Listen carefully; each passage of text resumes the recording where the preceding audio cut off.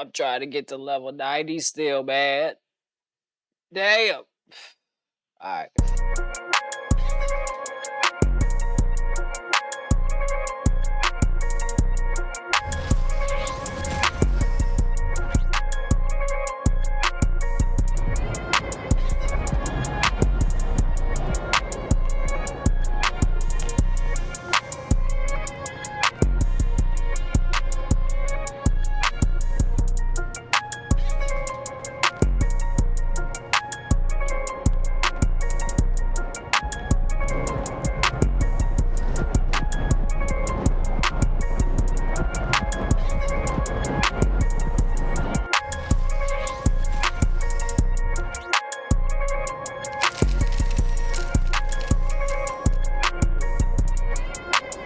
All you and me.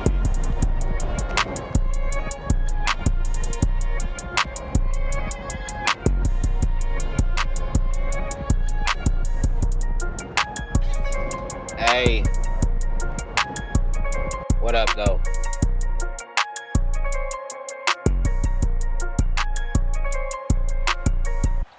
I'm trying to get this motherfucking level 90 real quick.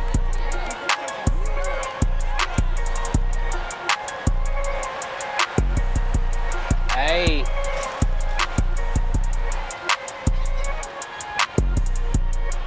That's all.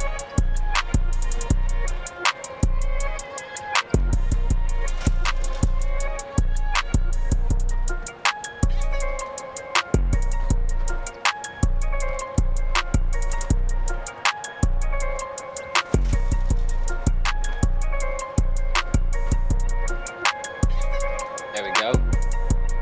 That's all? Damn. All right, here we go. Let me change this real quick. Hey, minor adjustments on the mic. There we go.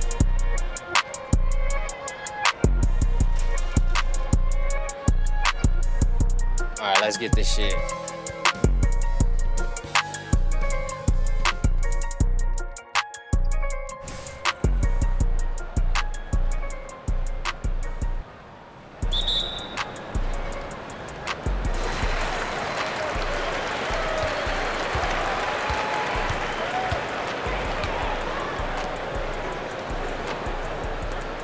All right.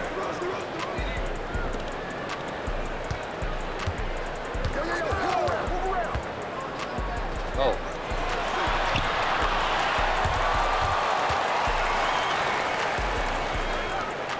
Start off by getting an assist.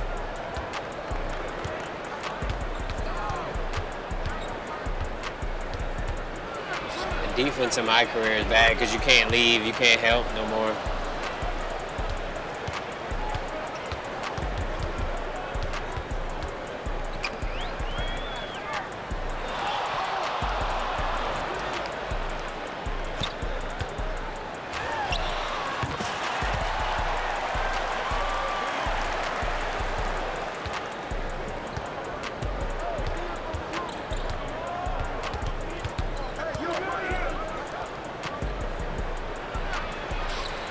Hey.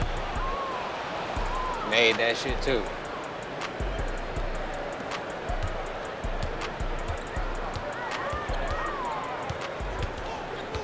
All right, here we go. Come on.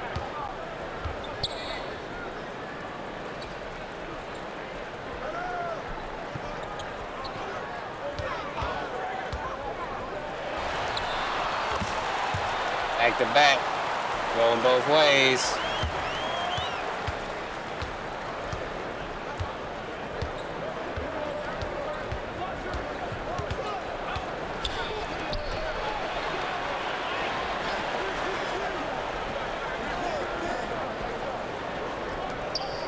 Ah, that's on me. I shouldn't have reached.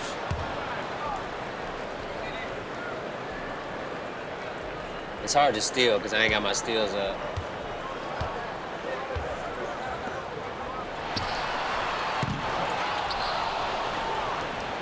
Who is that, Beasley? Just doubling.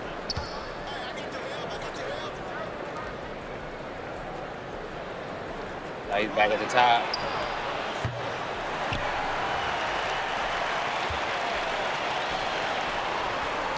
Oh, you just go past him there. Fuck it. There we go. Draw the foul. Picasso.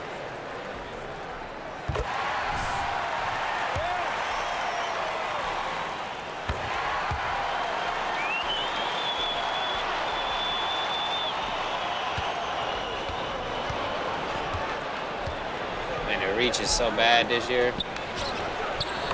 Might as well not even reach.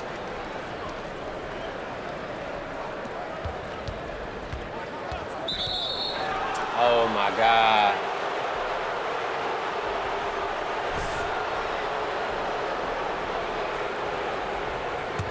Whatever. All right.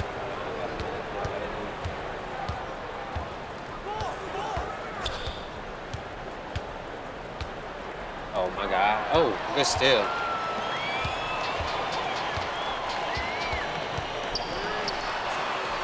Come on, man.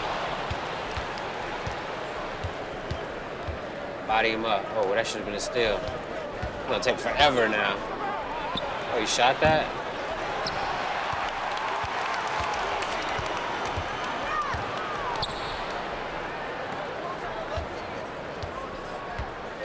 Oh, got him.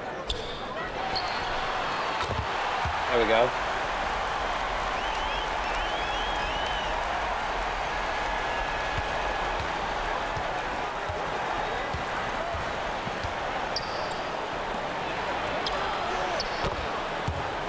I wasn't paying attention.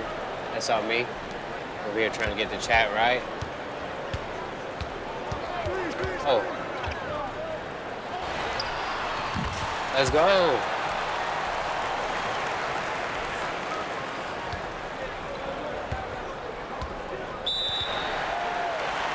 right, we kept the game tied up.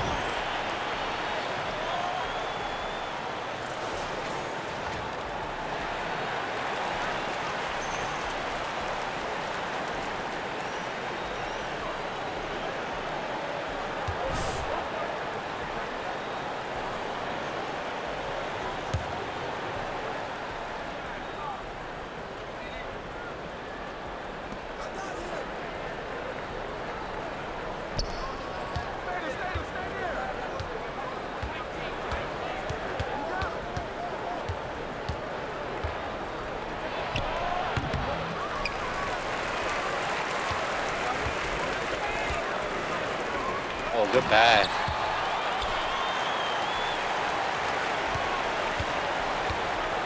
Our team want to win now too.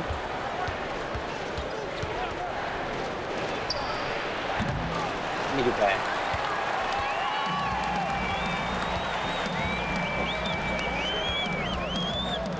Oh, that's what I want to learn. Oh.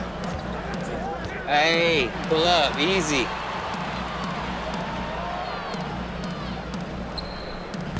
Oh, came out. Oh, he's shooting that. All right, the team want to win still.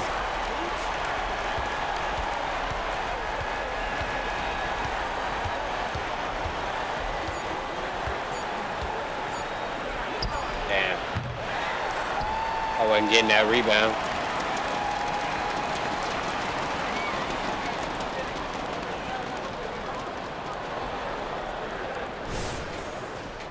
Put me back in, coach.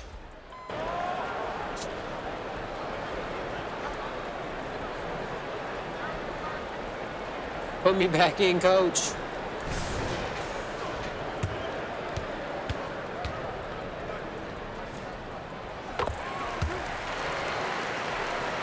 We up a little bit.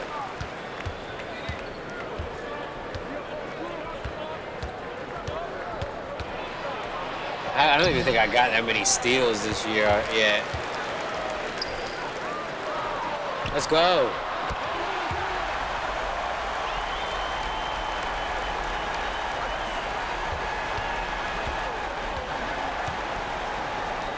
Oh, come on, see? Like my dude gets retarded when I go for steals. I can't go for steals yet. I gotta put that shit up first. But that's Giannis. I don't want no part of this. Hey. Oh, got you. I don't know why he didn't just steal the pass.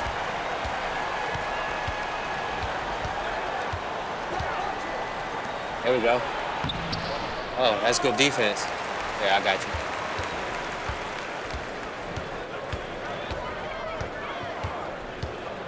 Skirt. Let's go. Oh, I let it too early. I need a faster jump shot.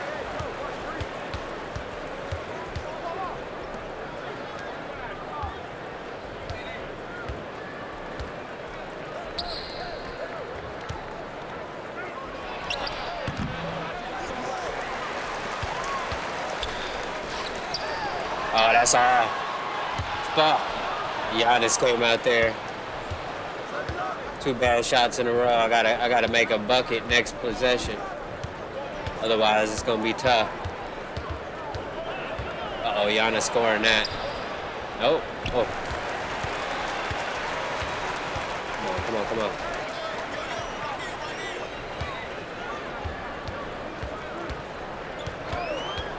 Oh. Oh. Oh, I gotta be hot to make that.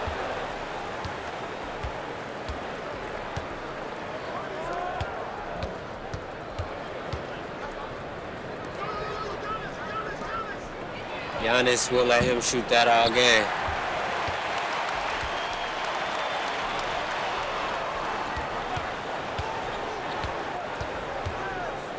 Oh. Slow ass pass, my bad. Oh, got you. We're just gonna make it easy. No lobs either. Should bounce past the next time. See that how that is. Took him out.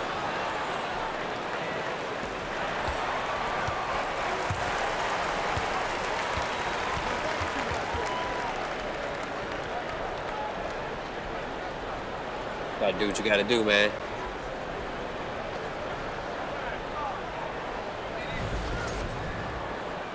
I caught this one too happy.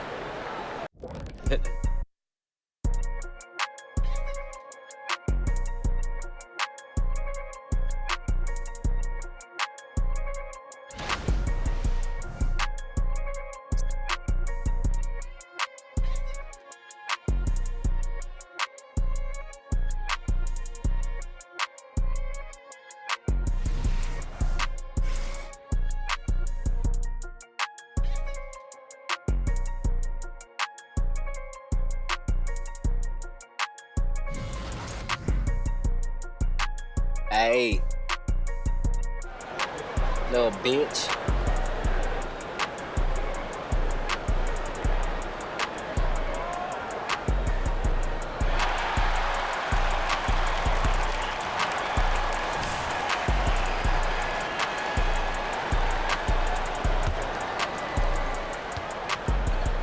Oh shit, you trying to get away, motherfucker.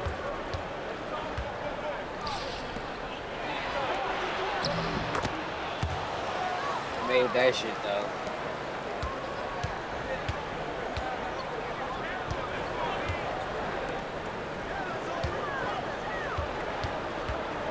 Oh. Oh, I fucked that up. I was trying to hop step. Oh, come on. Try to get the charge. I was too far out.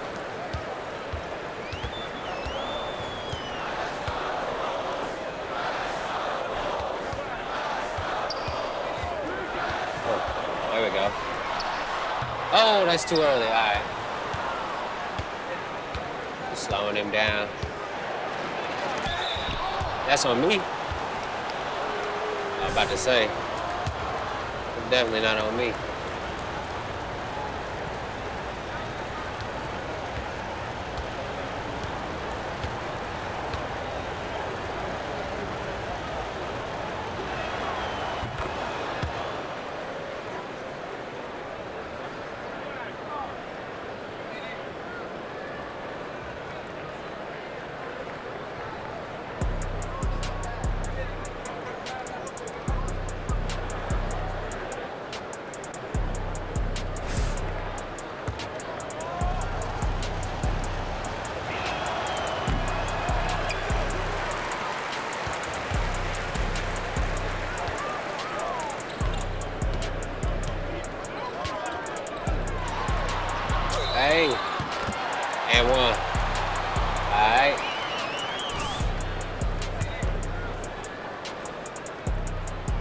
Damn. Too fast.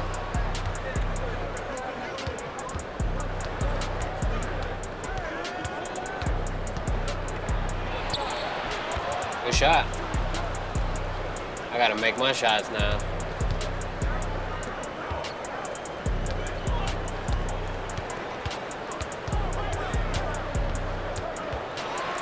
Hey! There we go.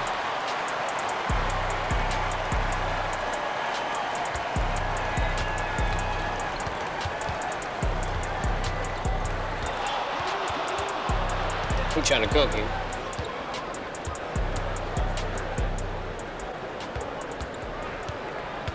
Oh shit.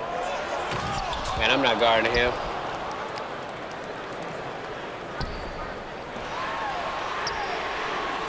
Hey, get over here. Giannis.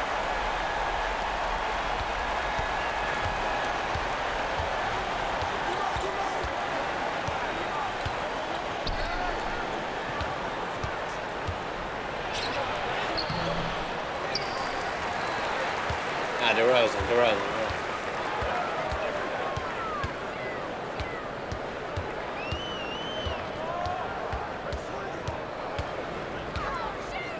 Hey!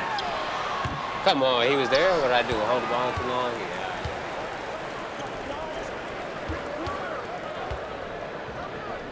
There we go. Finally. I had to say that shit don't even work no more.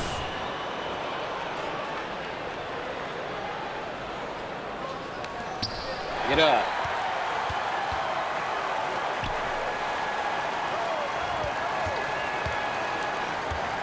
Oh shit, I fucked up and gave my dribble up. Hey. Okay, if that's it, then I'm over. If that's it, if that's all I gotta do, it's over.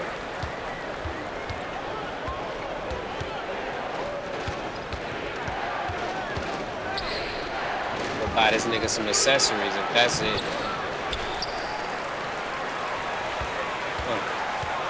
Oh, good. Oh, okay. He close enough, I guess. That was 99. Let me get that. Hey!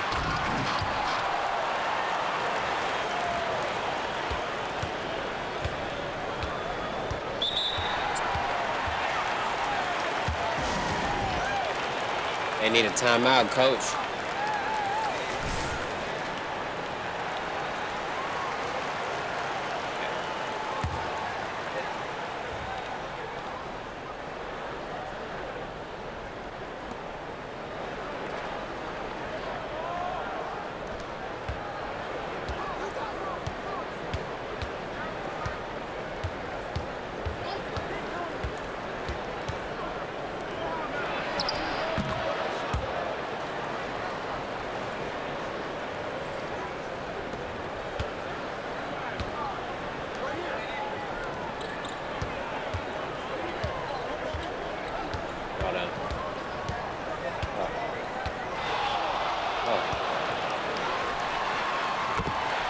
Got him with a hezzy.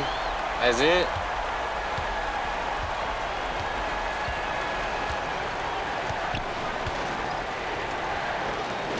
Double.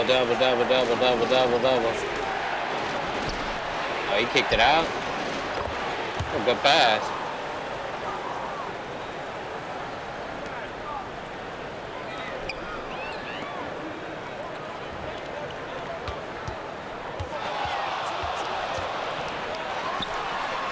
Oh, come on, man. That other dude didn't get in my way. Double. Can't double in the middle. I jump. Bump. I about to say he's still going for it here.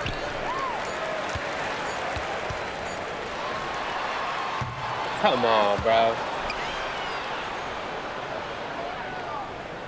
Some bullshit. I know I released it a little early, but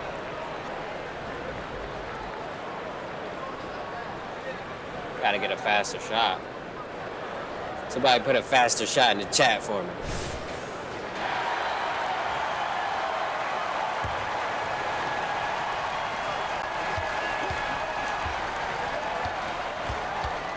Oh.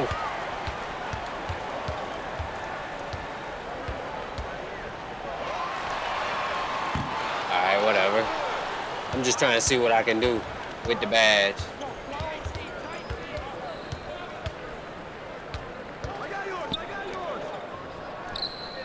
Giannis? Holy shit. Let me get that. Hey.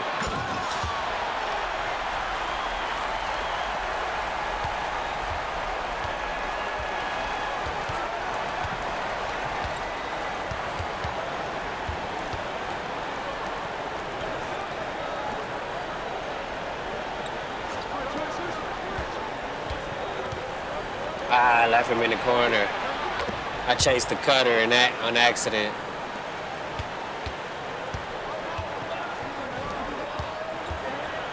Ooh.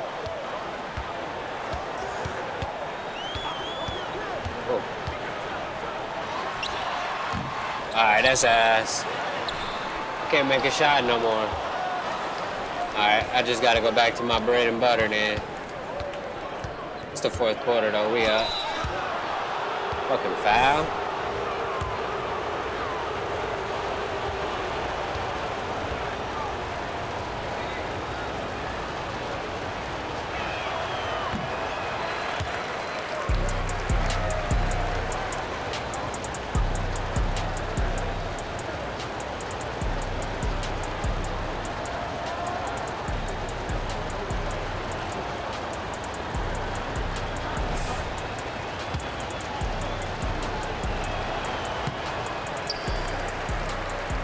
Here we go.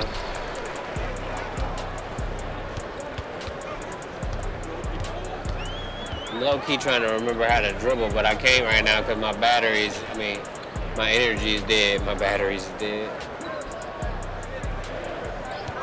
Hold on.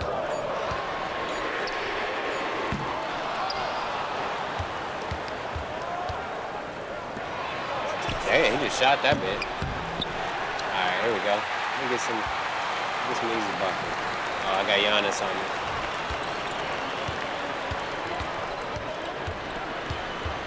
Oh, he pushed me out. Can't get no easy buckets on Giannis.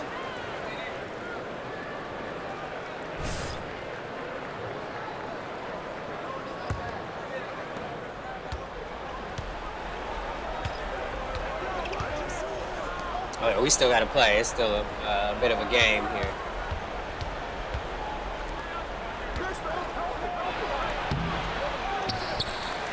Let's go. Oh, this bitch ass nigga, bro.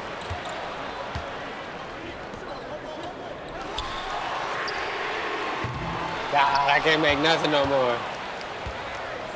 I'm tired.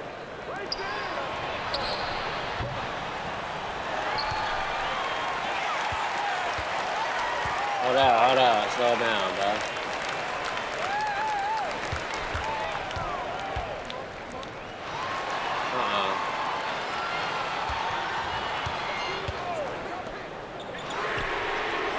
Yeah. That's what I'm talking about. Don't keep shooting.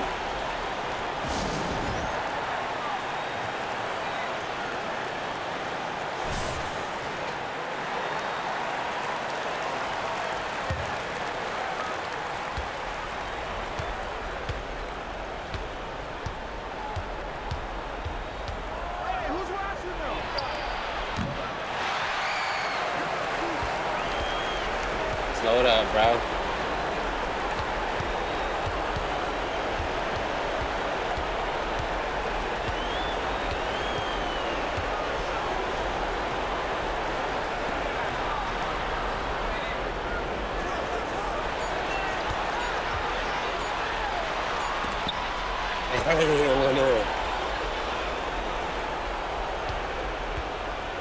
He blocked it too a little bit.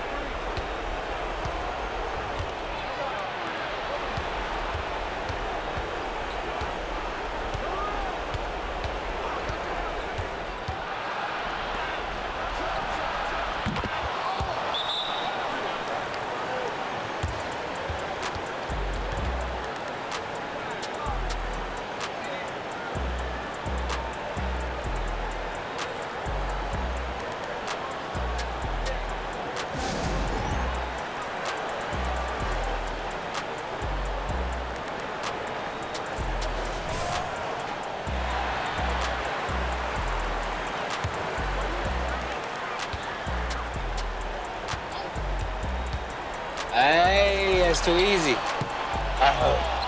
It's too easy, but I can't make it because I'm tired. Giannis. I wasn't guarding none of that. All right, let's go.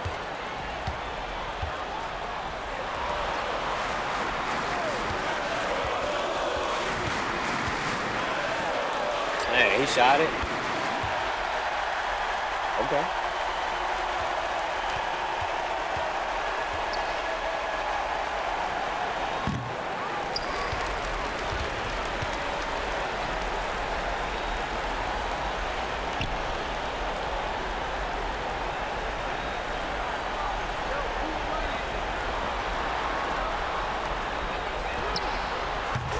Let's go. Inside out game.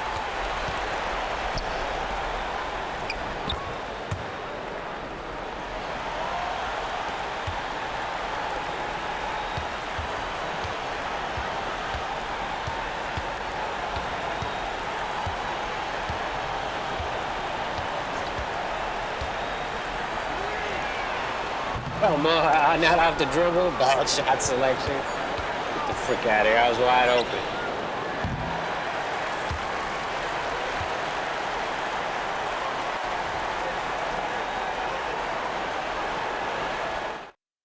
All right, so yeah, we're gonna play the next game. I'm trying to get to motherfucking 90 today. No bullshit.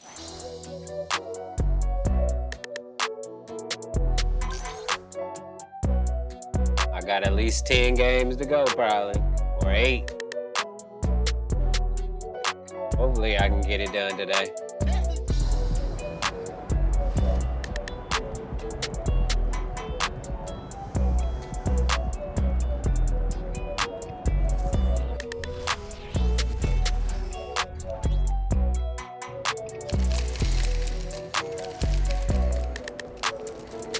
If it is Mr. Rookie of the Month. Rookie of the month. Let me drink this shit.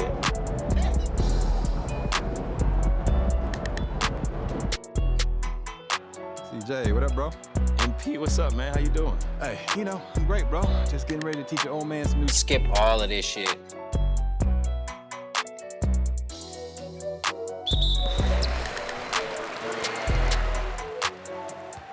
On some real shit. There we go.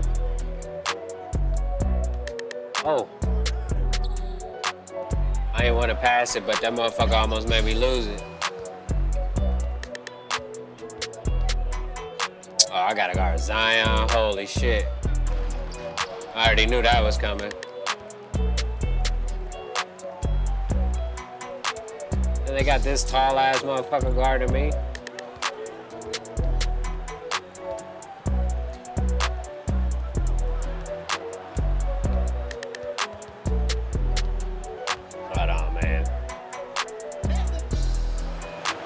This shit gonna be a tough game. Holy shit. This is gonna be a tough game. I gotta pay attention a little bit.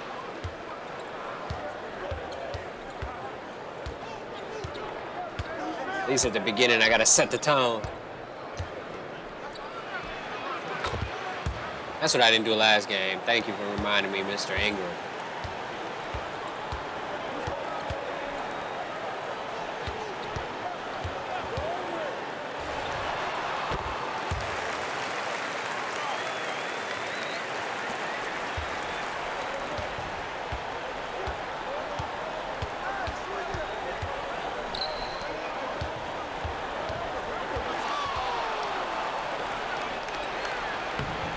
Oh, about to say he'll miss that one.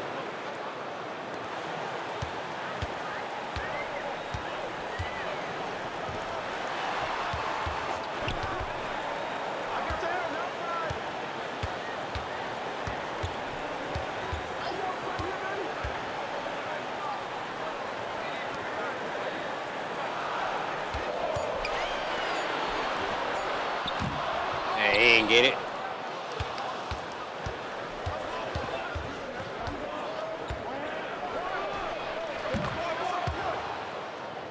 Okay, they up by what, 7?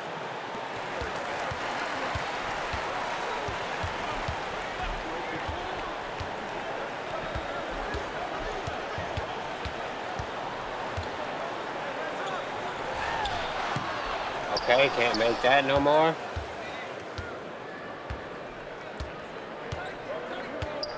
They already patched something.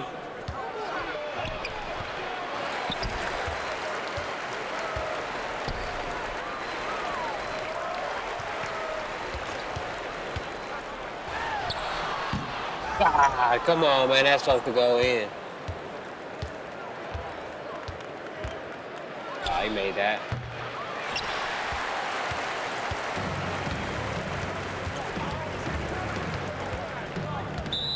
What the? Why would he step so far back?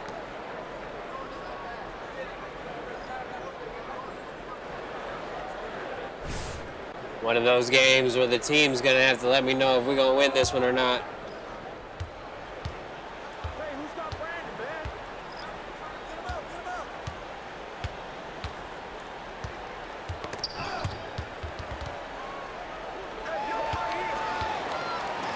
Hey. I needed that bucket. Thanks for giving me this. The point, bro. We in 2-3 zone now.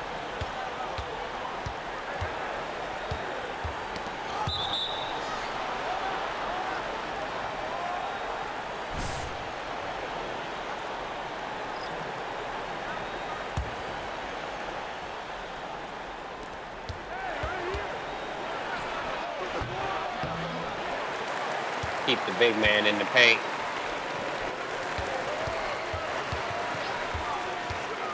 Hey, I'm talking about he's too little.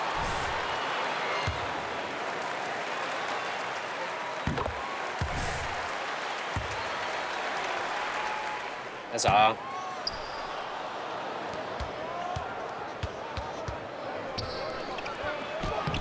Holy, almost. This fast little motherfucker.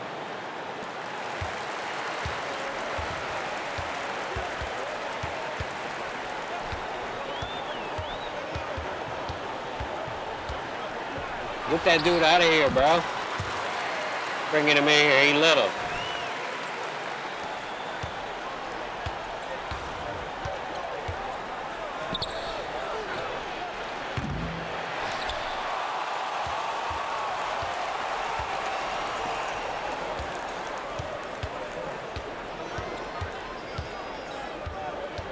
Oh, got him. Let's go.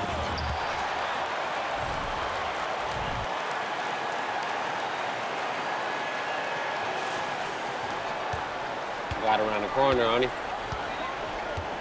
Oh shit, I forgot it's 2-3.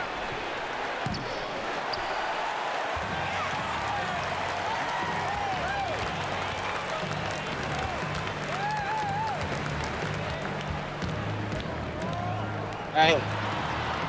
Pushed him back, hit the fade, let's go. Oh, that's some bullshit.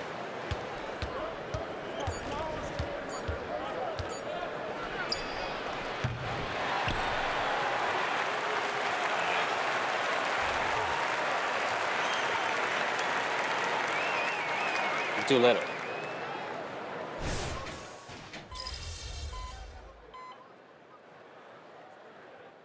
Come on, come on, come on.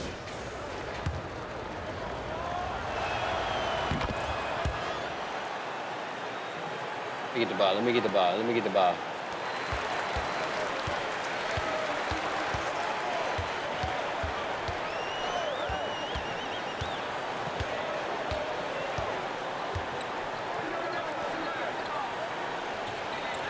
Hey!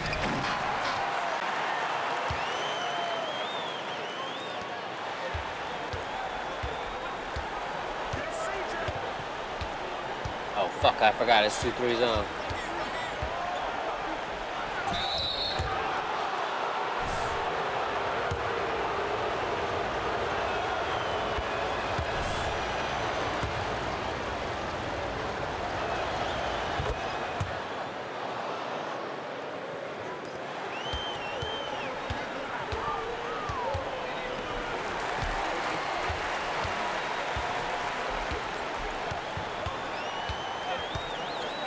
Hey! And one.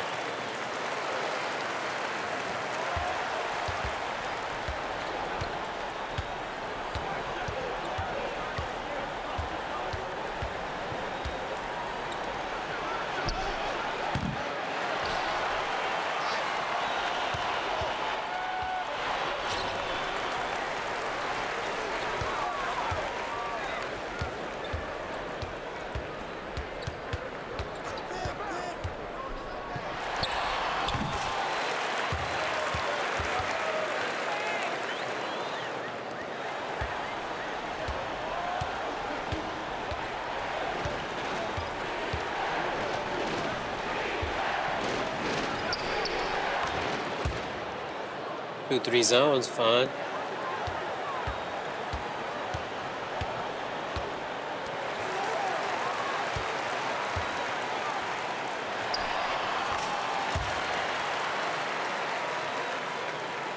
Right in the middle.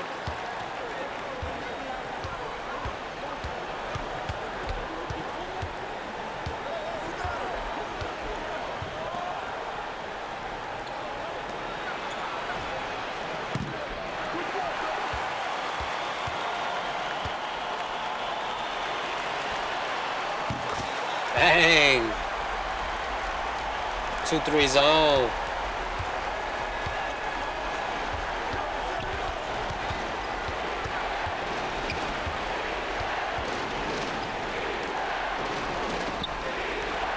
Yeah, I was about to say, ain't gonna shoot it.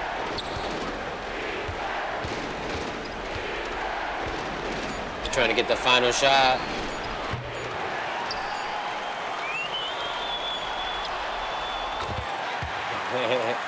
Got it.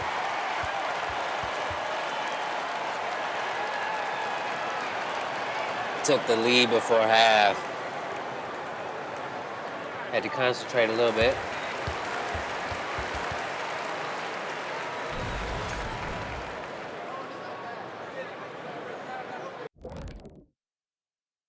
Well, that's it, huh? Crazy. Highlight part of the game.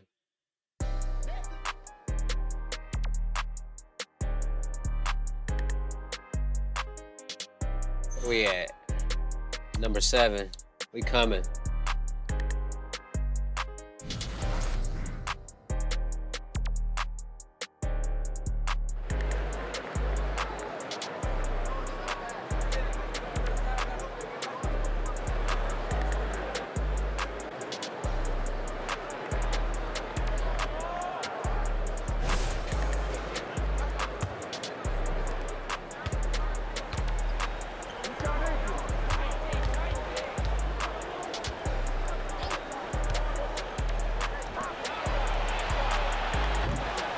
Let him shoot it.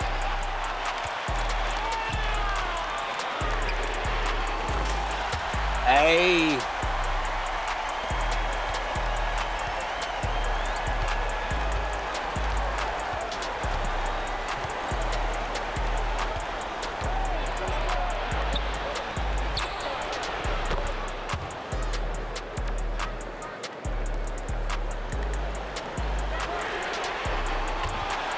Another one. Let's go.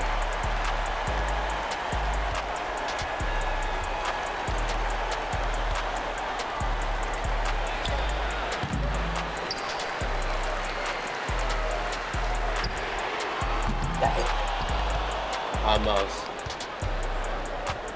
Try to go for 3 for 3 or something like that.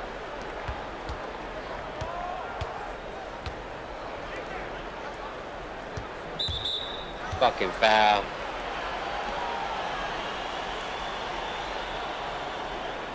That's fine. No problem.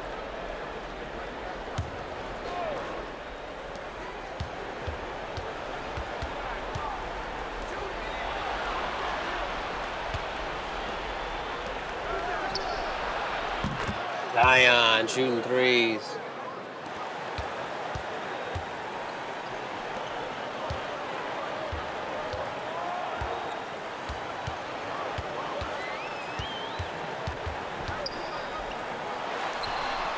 Oh, should have passed it in the corner, but I was already shooting it.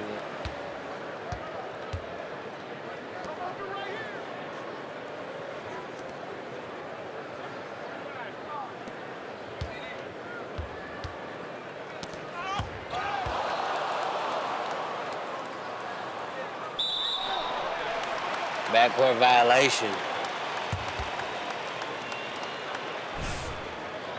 Jump ball. Nigga.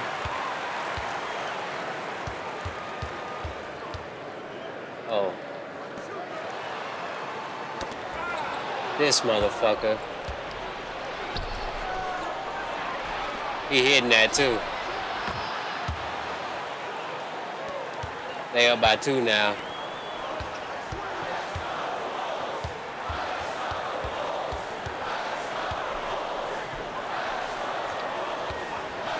Yeah, that's a little screen. Give it right back to you.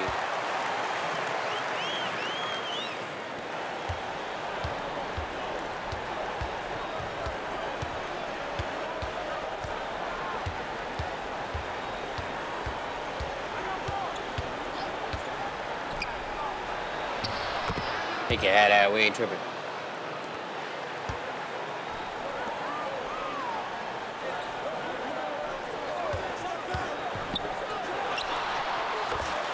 There we go. I'm trying to do that for like 2 days now. Just come off the screen, set your feet, and shoot. That's it.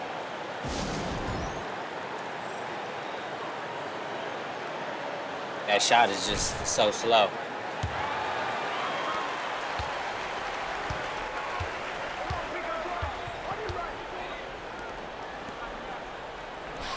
That ain't gonna work. Hey.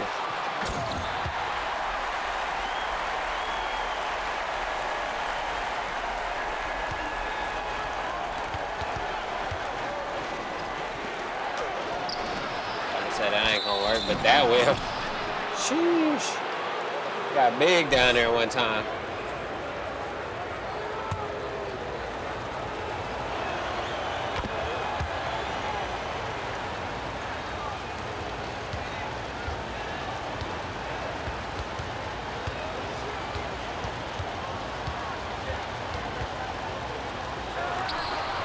Damn, for real.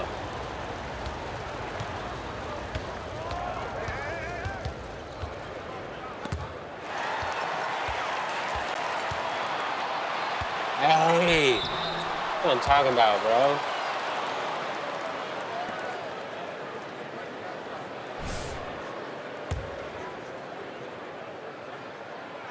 God damn, man. Make a fucking free throw. It's both. Okay. I had to change my free throw to something easier.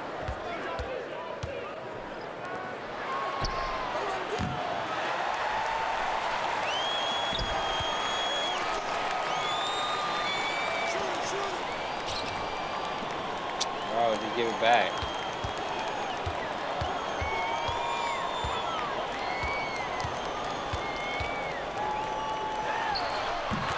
There we go. He too little.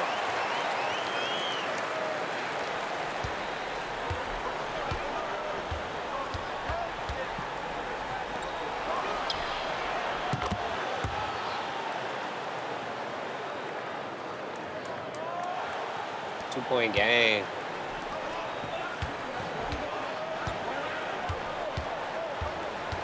He too little. Put him in there.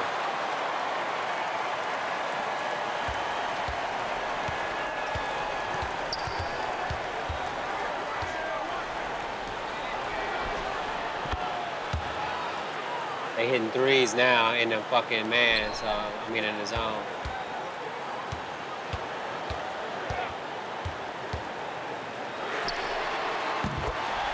Back at him though, huh?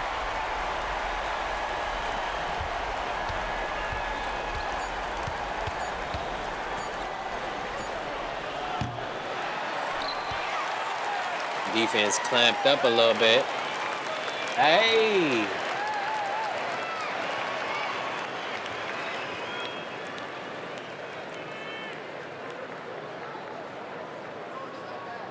Skip all this shit, boy. Oh yeah, that was me. Oh, they put me on the bench after all that? Crazy.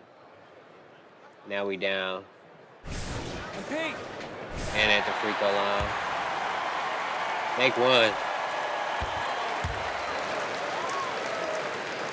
Let's go back to zone. Oh, we can't go back to zone.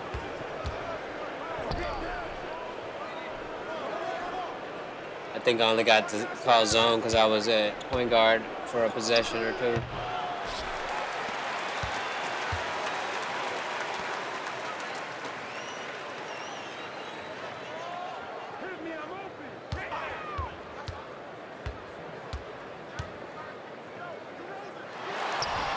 Holy shit, bro. I was trying to hop jump, not whatever that was.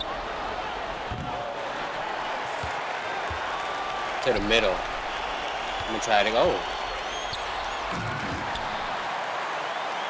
God damn. I ain't have to that time.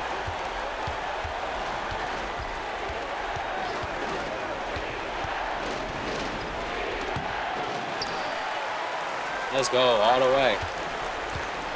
Hey! I couldn't get it. I Euro because I thought I was gonna get fouled or get blocked. Ain't let me get it. Holy shit. Really?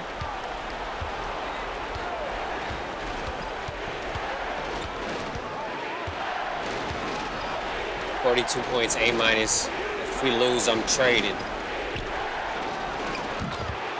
Zion for 3. Up by 5. 2 minutes to go. Or 4, my bad. No, 5 actually.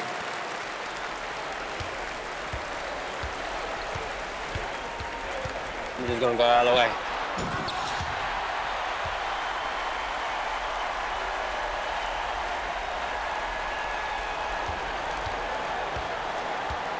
Two-minute warning.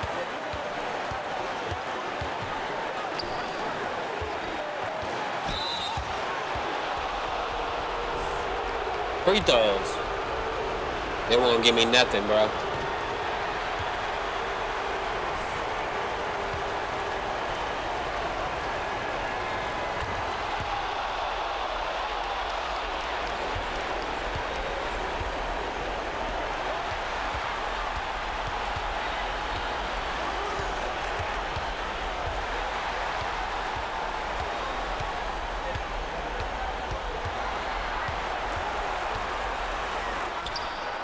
Holy shit, how am I almost injured? What kind of...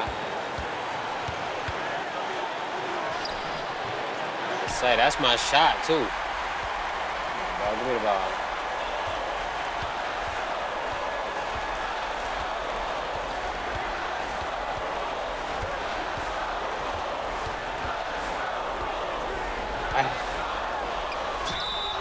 I'm about to say I gotta get fouled, bro. Still can't make free throws, though.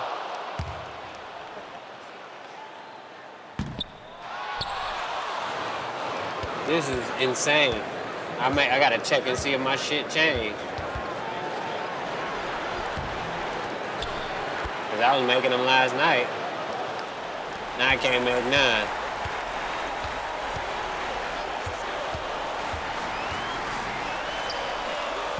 Can't make shit no more. It's a wrap. 44 points. Couldn't be. It wasn't enough.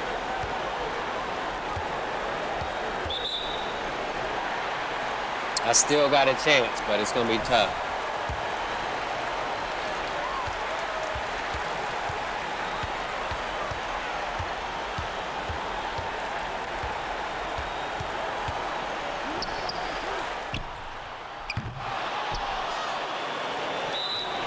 That was supposed to be it right there.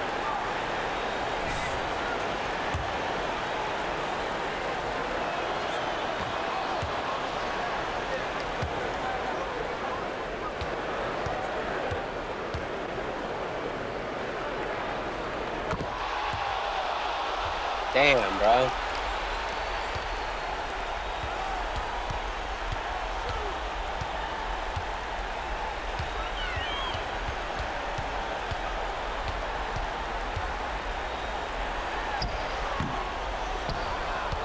Can't make nothing. My dude is motherfucking tired. I'm asking for a trade. Fuck this team. I thought you was gonna teach your old man some new tricks. Nigga. You don't shut the fuck up. Bitch ass motherfucker.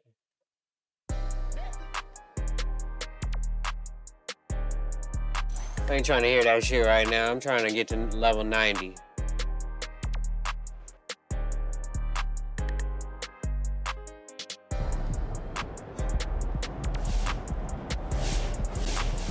Mark Cuban in my DMs, all these weird ass niggas, man, boy.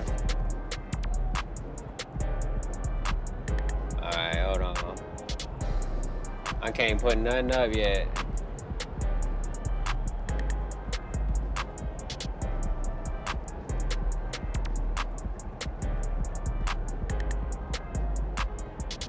Let's go. I got a lot more games to play.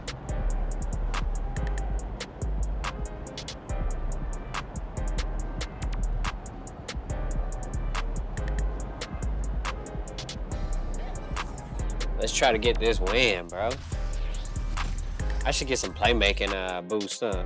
I don't want to start buying that shit right now, though.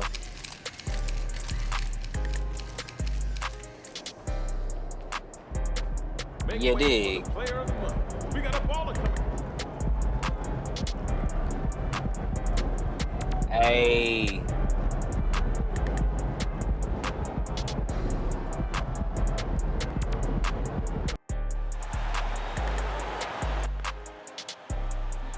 We have a very interesting subject this morning, and of course, it'll probably be interesting and unsolved when we finish, because it deals with one of the most curious and neglected areas of human research, and that is the magnetic fields, not only of man, but of the universe and of the smallest atom. The beginning of the study of magnetism can be traced back to Egypt, and the staffs and wands of the ancient priests were instruments of magnetic conjuring. Also, we find the Greeks used it, and among the Greeks and early Egyptians, we have the first understanding of the nature of magnetism. It was used principally in healing. It was well known to Pythagoras, who gave us considerable information on the subject, which was promptly forgotten by everybody else. Right. Then we have little knowledge of it, except through the Arabs. The Chinese were aware of it because of the discovery of the mariner's compass. But for the most part, it was neglected until the 17th century, when it became involved in the story of Rosicrucianism. The alchemists, the Rosicrucians, and the Hermetists all were unfolding phases of magnetic theory. The first, probably in more modern times, to use it for healing purposes was Paracelsus of Hohenheim. It was also used strongly by the Rosicrucians and written about in considerable detail by Robert Fludd, who was one of the great Rosicrucian apologists. It was also very well known to Athanasius Kircher, the great Jesuit scholar, but for the most part it was ignored. Then we come down a little later and we come upon a curious instrument, Mesmer's magnetic tub. This was a kind of tank in which many people put their feet at the same time and held hands and created a battery out of the water in the tank. It was studied carefully by Cagliostro. It is also known that it interested Saint Germain profoundly, but it annoyed Benjamin Franklin all to pieces. He was never able to like the idea at all. Benjamin Franklin. After the developments of Mesmer, which were promptly denied by nearly every field of science, the matter dropped into comparative obscurity until more recent times, when within the last 20-25 years it has been revived strongly. And it's this revival we want to talk about a little this morning, because it is one of the most interesting phases of our study of life. It is interesting that we should use magnetism so continuously and yet never really understand what it is. Exactly. The old folks of the Greek and Egyptian period represented the human being as contained within a kind of bubble. This bubble was referred to also by the physician and who did the human atmosphere studies, Dr. Kilner of the University of Liverpool. Incidentally, the magnetic theory is based upon a very simple fact, namely that what we call empty air is not empty at all. It is the most profoundly used all the elements that we know anything about. We all live within air and have our being, and we know that if air fails, we die. We die. But what we do not realize is that air is not just some oxygen or helium or something of this nature. Air is something in itself. It is a substance of itself. It is a substance so real and so important that it's almost impossible to estimate it. It is a tremendous field of magnetic energy. The atmosphere carries the magnetism of the sun. Ptolemy of Alexandria was one of the first to recognize the manifestations or emanations of solar light as containing an energy in addition to merely a luminous factor. The study of the magnetic powers of the sun will be more or less clearly understood by the study of the seasons. Winter, summer, spring, and these things have all to do with a magnetic factor in the air. And we think of it only as in trying to explain it as a physical astronomical phenomena, since as the rotation and revolutions of the sun and planets. But each of these planets is a field of magnetic energy. And this energy comes to us through what we call air. Now, what is air actually? Well, we have scientific definitions of it. Right. But there's something more to it than that. Air is something in itself. It is a substance. It is not only a condition of climate or of weather, it is a basic factor in the contributions which make up existence. One thing we have learned from television is that air transmits. Right. We know, for instance, that we can have all kinds of programs on the air at the same time. And they can come from all directions. And they can overlap and interlap. But each one will remain separately identified as though it was moving in a channel or circuit of its own. And all these scrambling films, some of which are scrambled inside as well as outside, are working on one atmosphere. And that atmosphere is keeping each one of them in a perfect orbit of its own. You can have a dozen programs, if you turn them on, turn them off, but none of those programs is going through the air in the form we see it. We see the murder committed on the screen, and we see it broadcast into a theater somewhere or into a home. But it isn't the murder that's going into the home. The murder has not been visible when it went through the air. Something went through was vibration. And this vibration in the magnetic field can be divided into an infinite complexity of separate emanations. In other words, if we had 1,000 different channels, they could be differentiated in the magnetic field so that each one would be broadcast correctly and properly for whatever it is. Thus, we realize there's something out there besides air, something besides helium and oxygen, something besides the ordinary factors we take into consideration scientifically. We are in the presence of a mysterious agent. Definitely, it's an mysterious. Agent that is part of everything that we are.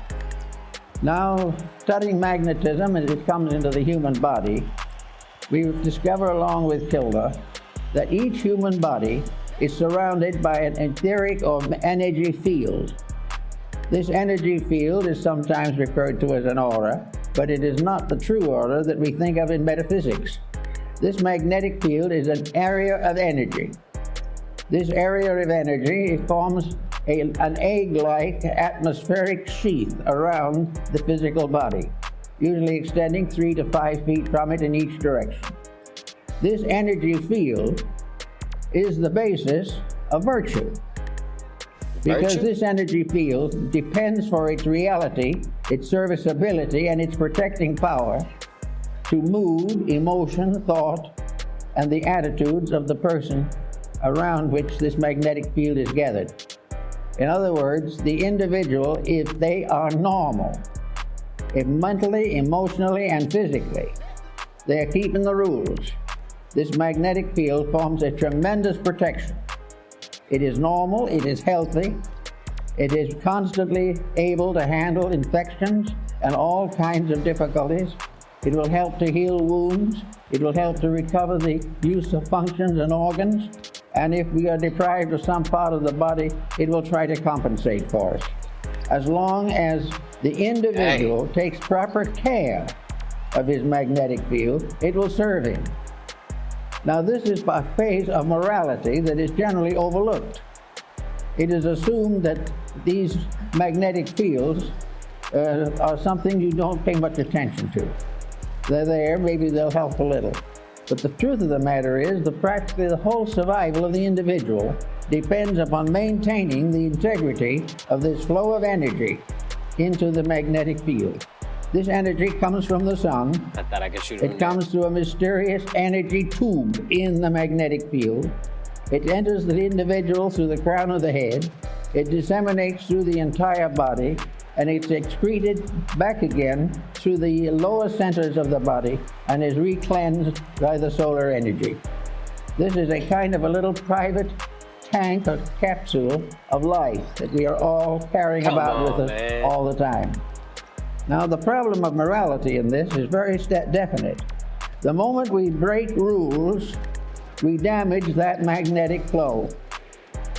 We have got to keep the laws of nature, and these in turn are the laws of God, or the magnetic field fails. It can fail because of physical intemperances, which reduce its integrity and reduce its power. It can be wasted in riotous living, which is a common cause these days. It can be variously destroyed by moods, by attitudes, by fears, by complexes. It can be destroyed or damaged by alcohol, drugs, narcotics, all kinds of things.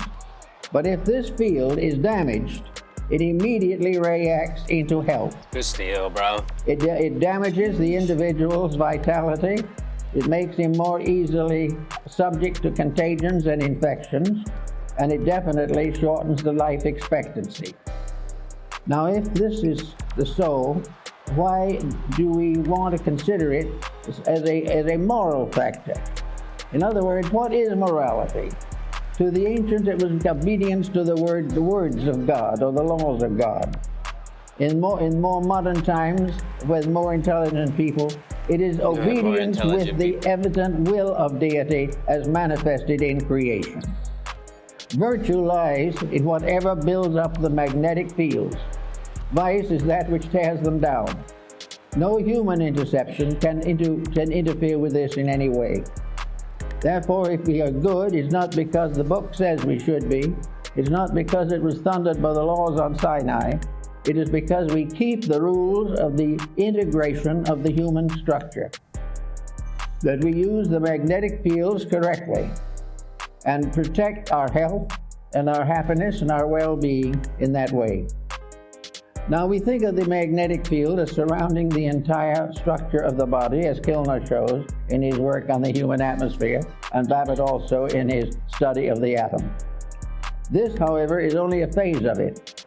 Each part of the body has a magnetic field.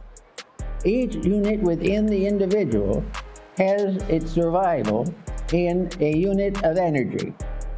And this unit of energy is present in the smallest subdivision of imaginable space. It is in the tiniest atom. There is no such a thing as a dead particle in the universe. Even if it is killed by something, the very disintegrating process is a symbol of life energy. Therefore, we are confronted with the natural problem of realizing that virtue is to keep the law of the energy field. Now, the law of the energy field, just by coincidence, is also the law of integrity. The energy field is what establishes right and wrong. The energy field tells us that to lose our disposition and temper fit is wrong. To use various negative, destructive attitudes is wrong. To compromise the principles of right living is wrong. To think badly, to feel unpleasantly, to be engaged in any action or concept which is contrary to the common good, damages the magnetic field and therefore is wrong. Selfishness injures that field. Every vice we know, the breaking of any of the 10 Commandments and a number of other rules, results in damage to that field. It has nothing to do with nation. It has nothing to do with the ordinary concepts of codes. because the final code itself is based upon the life principle in each part of the human constitution. So we have each little cell has its own moral responsibilities. The stomach has its own magnetic field. The stomach is not simply an organ. It is an organism. It is a living thing within the human body. The same is true of the heart, the brain, the glandular structure, all the organs, the intestines, all the motor system, the nervous system, the endocrine system. These are all entities. They are entities of magnetic unities. They are part of living organisms that are cooperating together for the common good. To abuse one is to damage all. To neglect one is to neglect all. Each of these organs has its own field in the body.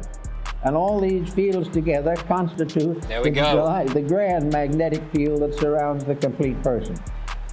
Now we go inside of this for a moment to see what we're dealing with. So we go back to Pythagoras, who was very timely in that.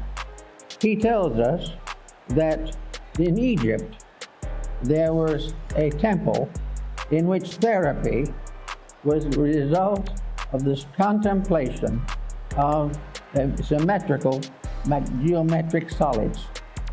In other words, the images of therapy were mathematical cubes, octagons, and various forms, dodecahedrons, each one placed upon a kind of altar or pedestal for the contemplation of the sufferer.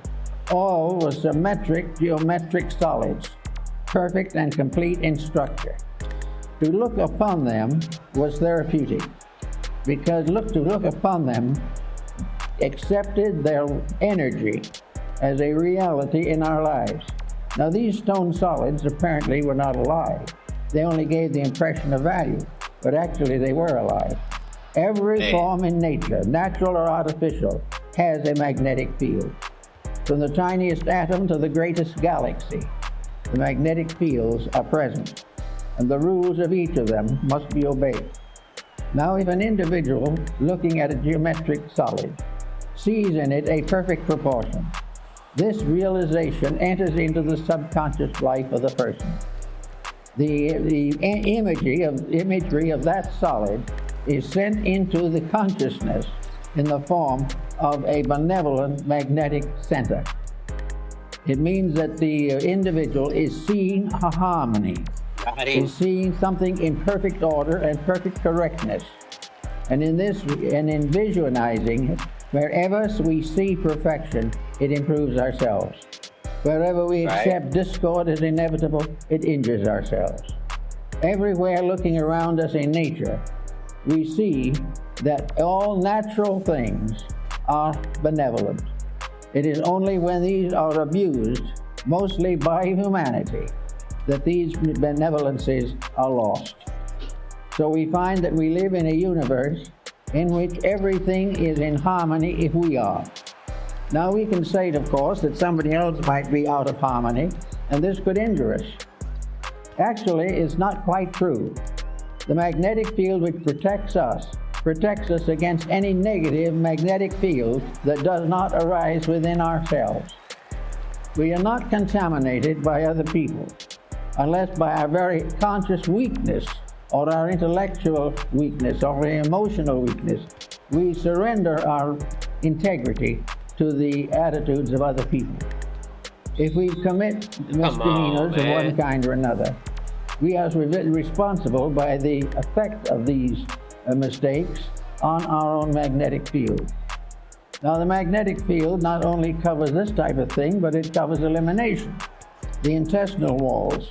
All of this type of thing is damaged, as we know, by hysteria, by various moods. The individual becomes ill because of a bad disposition. Now we consider this to be just symbol of something that happens that way, but it is not. The individual who is sickened by dispositional fault is sickened because he has damaged the magnetic field of some essential part of his own nature. If he has damaged the magnetic field of his digestive system, he will have dyspepsia. And if the dyspepsia lasts long enough and the magnetic field is thickened long enough, then enduring chronic ailments can set in. No individual actually is infected entirely from himself, but never completely without himself. Oh, God. All of these unities of fact must be in harmony. Now, in the Rosicrucian philosophy, we had alchemy, the transmutation of various phases of life. Alchemy was a transformation and a transmutation of energies. And these energies are essentially the same ones that we have in magnetism.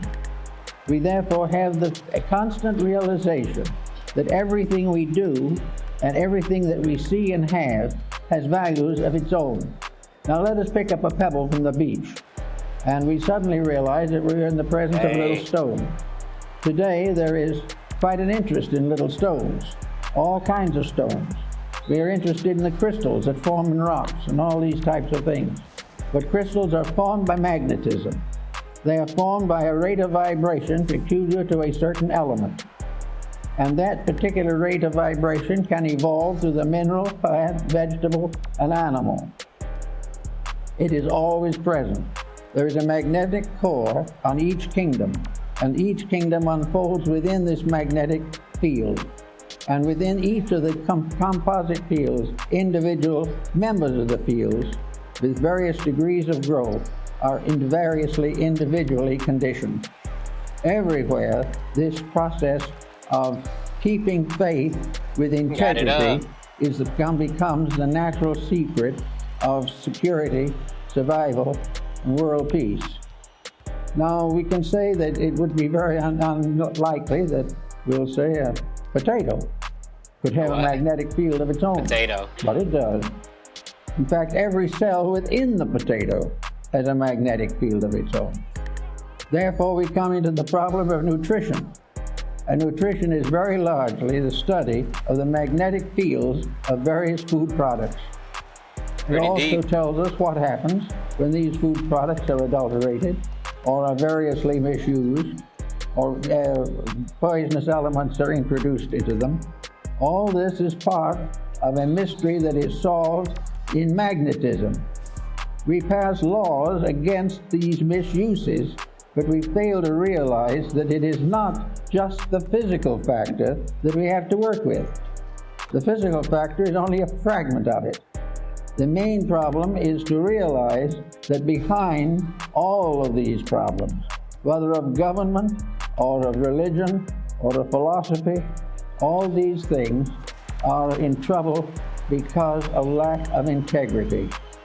And integrity is simply keeping the laws and rules of energy fields.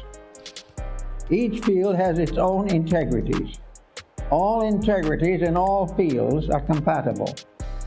All lack of integrities, all departures from integrity in any or all fields are in conflict constantly. The only way the individual can escape conflict is by never abusing the energy factors of his own life. He must never abuse his body, his emotions, or his mind. He must never permit himself to develop attitudes that are incompatible with the integrities which nature has bestowed. The magnetic fields are absolutely honest. There is no possible way of making them dishonest. The only thing we can do with them is to destroy or limit the manifestation of their integrity. If we break the rule, we lose the benefit of that particular energy. When we lose that benefit, we then say that evil has come to us. But it is not an evil thing that has come to us. It is the failure of a good thing to be developed and purified and intensified. Now, the elementary fields, the magnetic fields, are also in a state of constant evolution. They're in evolution in the life of the person. The individual may be born on a certain level of magnetic integrity. If he becomes a better person, he strengthens these values in himself, because actually it is all a matter of gradually strengthening the perfection of an energy resource. Now, no one is going to perfect it in one life or 100 lives maybe. But he's going to grow. Maybe. And the more integrity grows, the more rapidly the individual becomes harmoniously adjusted to the principle of life to which he belongs. In our world at the present time, we are in a sad state in which practically everyone has broken every conceivable rule. We are living day by day, trying to live off the profits from our own mistakes. And this is not really profitable. We are not realizing that this has nothing to do primarily with the theology. This has nothing to do with laws of government. This has nothing to do actually with our legal codes. It has to do with the relationship of energy to its proper ends and purposes. We know what it's supposed to be, we know what it's supposed to do, and we know that it isn't accomplishing that. Now we would say that something we might say as integrity is not a thing. It is something, an attitude. It is an approach to a thing. But this is not really true. Integrity is also a magnetic field. Everything is. Sorrow is a magnetic field. Ocean water is a magnetic field. Everything that has an existence has a magnetic field. It may have not one that is not even visible. And the whole of our atmosphere, the whole of the world in which we live, is one mass of magnetic interplays. But as long as these are kept honest, they are all compatible. And a universe in which there was no dishonesty would be free from every infirmity. But it's not possible as yet to achieve this, but we can achieve to varying degrees of it, and we can exceed and excel the amount we are born with if we decide to stay with it for the duration of our lives. Therefore, we can look around us and see what constitutes a magnetic field. Let us take, for instance, our television industry, which is in very poor shape at the present time. Television is actually using magnetism. It is part of a world of electronics which we consider now to be simply a physical thing. So we say to ourselves, we have all these stations, great many of them, and they are all broadcasting on various wavelengths. Among others, we have a special station for the police department. We have a special station for the fire department. We have all kinds of internal usages of these mechanisms which we call transmissions. But when we get all through with it, television transmission is a work achieved by energy. There is an energy field, and it is unfolding and developing in a larger energy field. The atmosphere through which these messages pass is itself a great field of life, and it is alive. Space is alive. Space is not merely some atoms alive in a vacuum. Space itself as a substance and essence is part of the great magnetism of the sun. Now we have here all these stations broadcasting on their own wavelengths. Now into this magnetic field, which we call the atmosphere, is dumped a conglomerate you wouldn't believe. There's all kinds of things.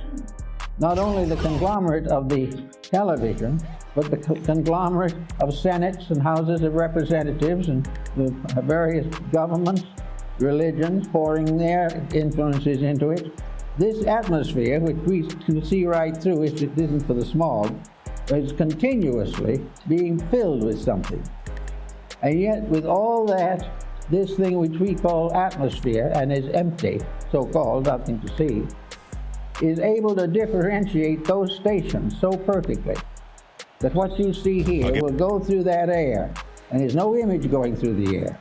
And it will come out again in another receiving set, proving conclusively that in its entire transmission, perhaps around the world, it was never for one moment deprived of its integrity or its individuality. It was never massed into other things. Now occasionally we make a mistake and try to put too many things on one channel, but that is up to us. If we do it right, there'll always be a channel. For anything, we want a channel that way. But it will always come through, although it is coming through a medium which we can't see, and at any point along the way, there's no program noticeable. No program is possible. But at a proper point, a receiving station can recreate that particular program in all its detail, although it was passed through maybe thousands of miles of so-called empty atmosphere. And all these different channels have never become confused unless we have improperly channeled them. So we have all this proof that there is something out there in space. Now that what's out there in space is also subject to toxin. We can say that some broadcasts are toxic. We can say that anything that goes through that space, which by vibratory rate is not good, is damaging not only itself, but its recipients, and is also poisoning the channel. As long as we have corrupt patterns, as long as aggressive commercialism, Put the free as throw up. long Now as I can't make corruption any free is throws. indulged in over the airways, we will have magnetic sickness in the air. We will have it in the air, and it will permeate our homes, our families, our governments, and our nations. We will sicken that level through which that particular energy flows, so that the energies that we use for communication have their own sicknesses. They have their own vibratory rates. And the problem is the corruption of a communication media does not mean that the individual will have a complete collapse of his system. It will mean only that that part of his system which is turned into that community medium will be damaged. He can go right on, go to church, and build up that one. But in the meantime, however, the television is tearing down another energy field. Now, as you tear down these energy fields, which most people don't even know exist or believe in, you are also opening yourself to all kinds of sickness and also all kinds of moral energy decay. You are opening yourself to the corruptions of the life principles which are necessary to maintain you. The moment you damage a level of integrity in your own magnetism, that level of integrity becomes sick. The moment that becomes sick, part of the defense against exterior problems is reduced. The only way in which the individual can be really dominated by anything except himself is when he sells out his own energy and becomes negative to other things. He has to relinquish his own integrity before he can be damaged by outside forces. Damn. There isn't enough evil in all the world to destroy the integrity of one person. He must destroy it himself, or compromise it, or relax it, or be talked into something. But it has to be his own action. Therefore, the damages are, in a sense, not only moral, but are absolutely just in their actual integrities. And this is the way in which, apparently, as the Chinese noted, the universe creates the concept of right and wrong. This right and wrong is simply a matter of what builds up and what tears down the essential energies upon which life depends. So we have this problem in every field of life. We have it in the narcotics problem. We have it in a large part of commercialism. We have it wherever there is an attitude of putting profit in advance or over integrity. Wherever the individual makes this compromise, he immediately becomes a part of this particular problem. Now we'll take another phase of it. The person is looking with his eyes at something that he sees. He can be reading a book. He can be watching a television. He can be outside watching a horse race. He can be outside watching a golf ball. Whatever he is doing, his eyes are receiving energy. The energy is the magnetism which carries the image from the outside to his own inner optical centers. Is like the same thing as in the case of television. The golf ball definitely does not go in from the golf field into his eye. What goes into his eye is no golf ball. but it is a potential which will immediately be reactivated into the appearance of a golf ball. He will see it because it was changed into an energy formula, received into himself, and then reinterpreted again as what he has seen. And he will have no knowledge of anything except what he saw. Now, this is becoming more and more obvious to us as we go further into the study of computers. This is all part of the process of things being changed from what they appear to be to the energy equivalents of themselves, and then restored to their forms in order to be perceptible to our various faculty perceptions. Therefore, again, everything becomes a matter of keeping the energy fields clean. And the only way they can be kept clean is by using them properly. Now, two people watching a golf game may see the same game. One is interested merely in the fact that it is a recreation. The other person may be very competitive, determined to win at all costs, and perfectly willing to cheat a little if it can win quicker. In the first place, the energy is perfectly okay. The vibrations are normal. But in the second, ulterior motives have entered into the playing of the game. And this is something that is troubling us throughout the sports world at the present time. Practically every sport has been commercialized. And by commercialization, we simply mean that it is no longer a sport, but a means of profit to some and loss to others. The moment this happens, the magnetic field is tainted. And from that time on, everyone who takes on the negative attitude damages himself. Now, 99 people may take it on and damage themselves, but 100th person who does not take it on does not damage themselves, simply because the others do. The idea that damage is contagious, or actually infectious, is only true if the individual who is the recipient is basically inconsistent with integrity themselves. There is no reason why anyone should recognize the fact that another person is capable of contributing to their delinquency. For it is said definitely that many may fall upon the right hand and many upon the left hand, but the just person shall not be moved. We are all, therefore, wrong when we say that civilization is destroying us. That is not true. What is destroying us is our acceptance into our own inner life of the shortcomings and mistakes that we associate with civilization. We get into a political tangle, and we start hating people, and we start guerrilla warfares. And guerrilla warfare is simply another negative use of energy. All of the energy of life has to be used properly. The moment it is abused, it becomes dangerous. So we go on a little further into something else, the arts. Every picture that we see has a magnetic field.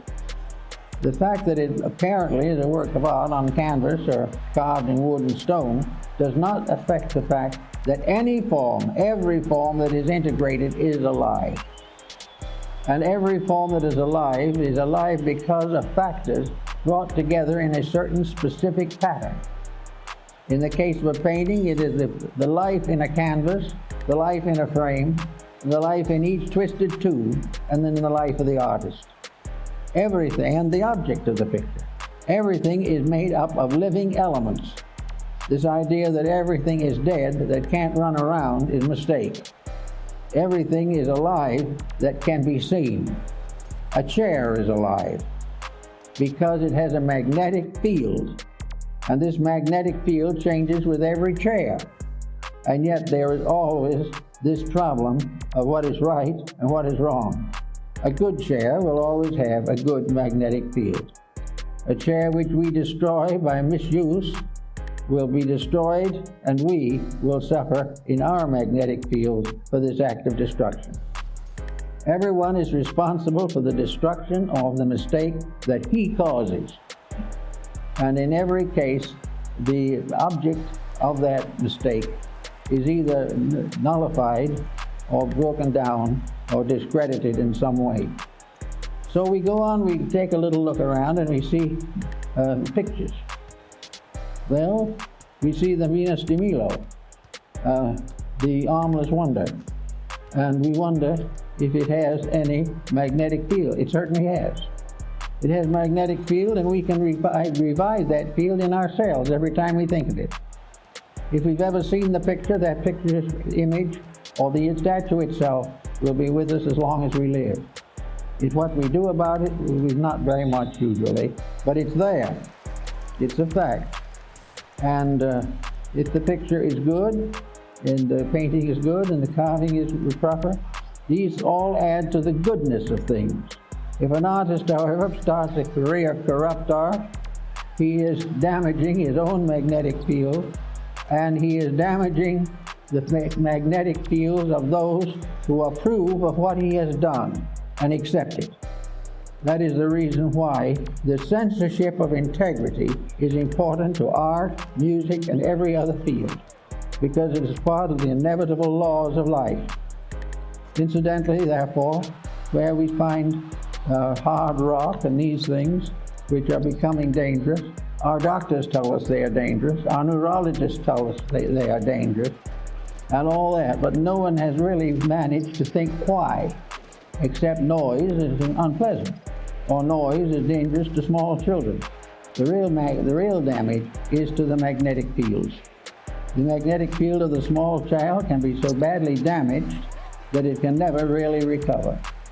Because if it happens before it has the age of consent, before it reaches up to the point where it chooses its own life, it has to be dependent upon someone. And the person upon whom it is dependent is also damaged if they do not demand integrity. Wherever the integrity is damaged, the one who causes the damage is the primary one who must pay. And if the individual causes his own damage, then he is the one that must pay for it.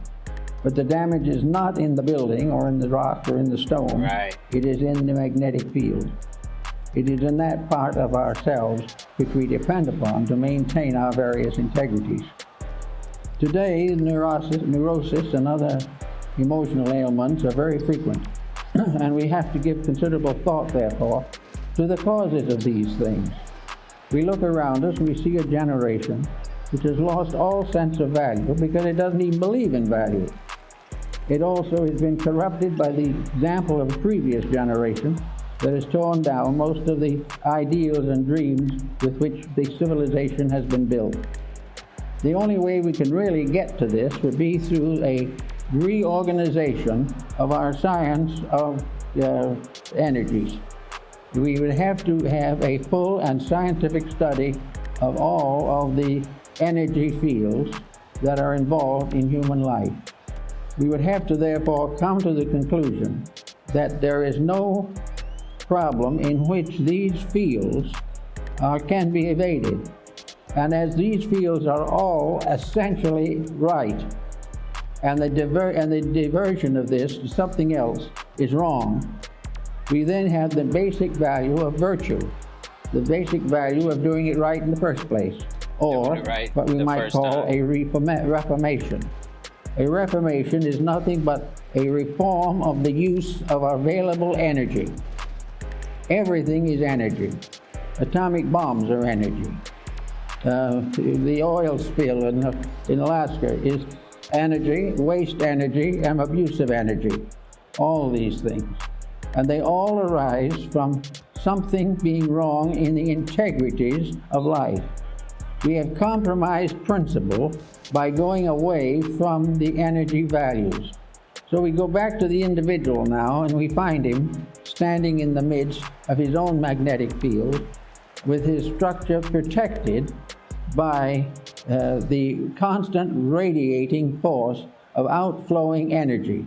An outflowing energy that vitalizes everything from the center outward and nourishes the solar system, which is the human body, from the level of the sun, as in astronomy.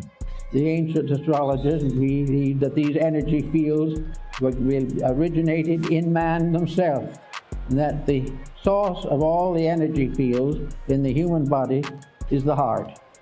That this is the thing from which all else radiates.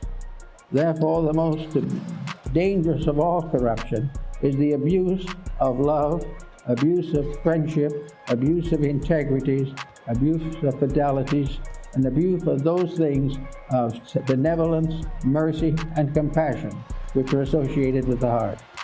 As those energies remain firm, the heart radiating out to the circumference of the magnetic field of the body is completely protective. It will be practically impossible for anything to damage it in the area where it is functioning properly. There may be other functions which is not yet perfected, but if the individual is basically honorable, he will be able to perfect these without too much trouble. Actually, however, if these energies are wrong, if the individual begins to hate somebody, or an individual breaks a friendship from selfishness, or an individual breaks his friendship for advantage or gain, for physical or economic gain, immediately this defense is down. The individual who cheats has lowered his defenses against being cheated in his own turn. Everything, if he does an evil, he opens the way for an evil to be done to him, because he has destroyed the magnetic defenses. Now you can't say where those defenses are or what exactly you understand them, but they are invisible, but they are very real. They are real and they represent an actual flow of energy. Now in the Middle Ages, we had magic come into this too. Give me a second. And we realized something that is seemingly coming back to us today.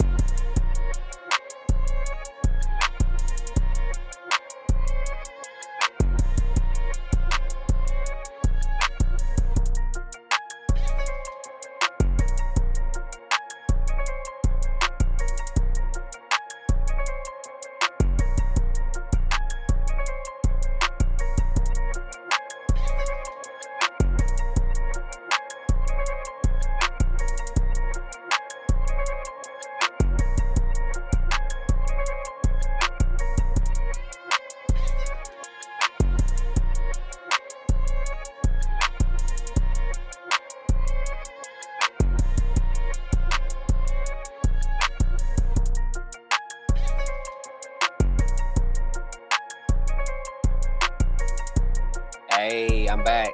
Shit, I had to take a little break. Hey, but we back.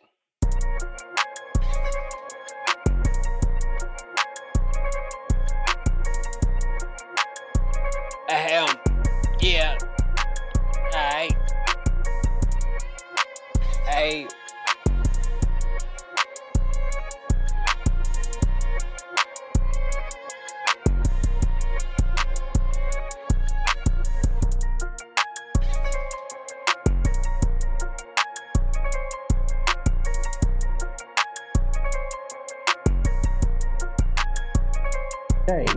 Namely, that inanimate objects have magnetic fields.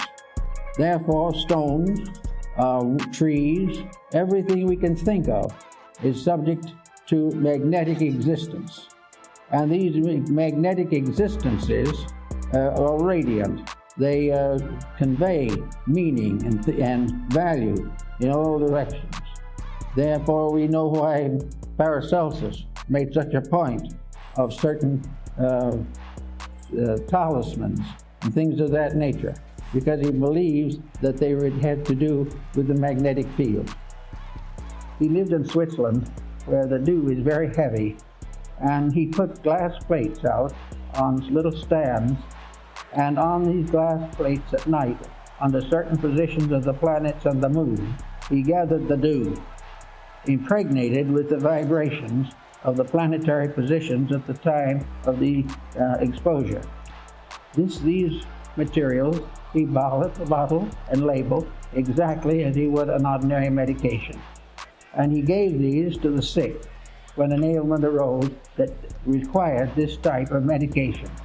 He therefore developed something that was almost the same as a very high degree of homeopathy, where natural remedies derived directly from nature without conditioning of any kind were suitable to correct certain difficulties which might arise from the depletion of natural resources.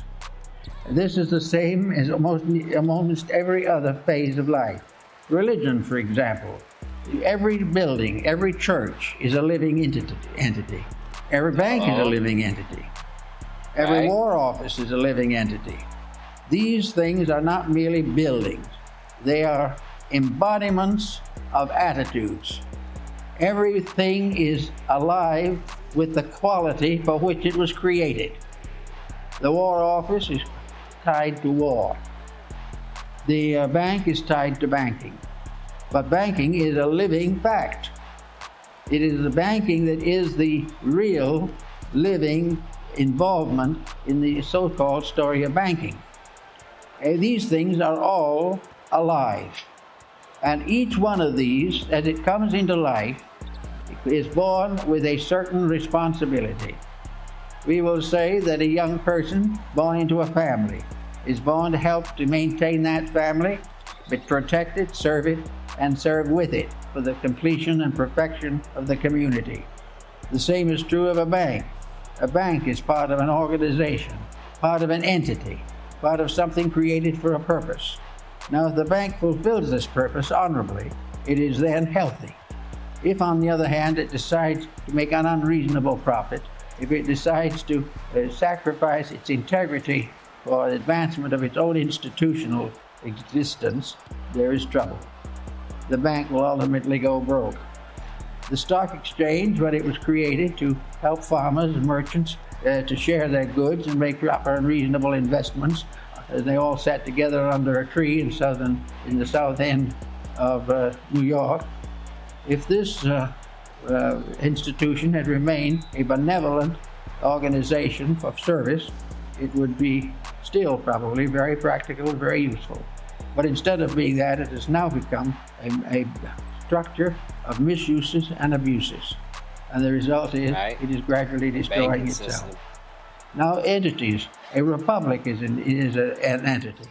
It is a magnetic field. An autocracy is a field. A monarchy is a field. A communistic institution is a field.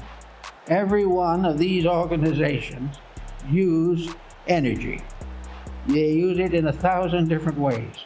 Political speeches, harangues on the street corners, battles in the alleys and back roads. Everything is involved. And every one of these energy fields that becomes corrupted in any form or in any way is doomed to disaster.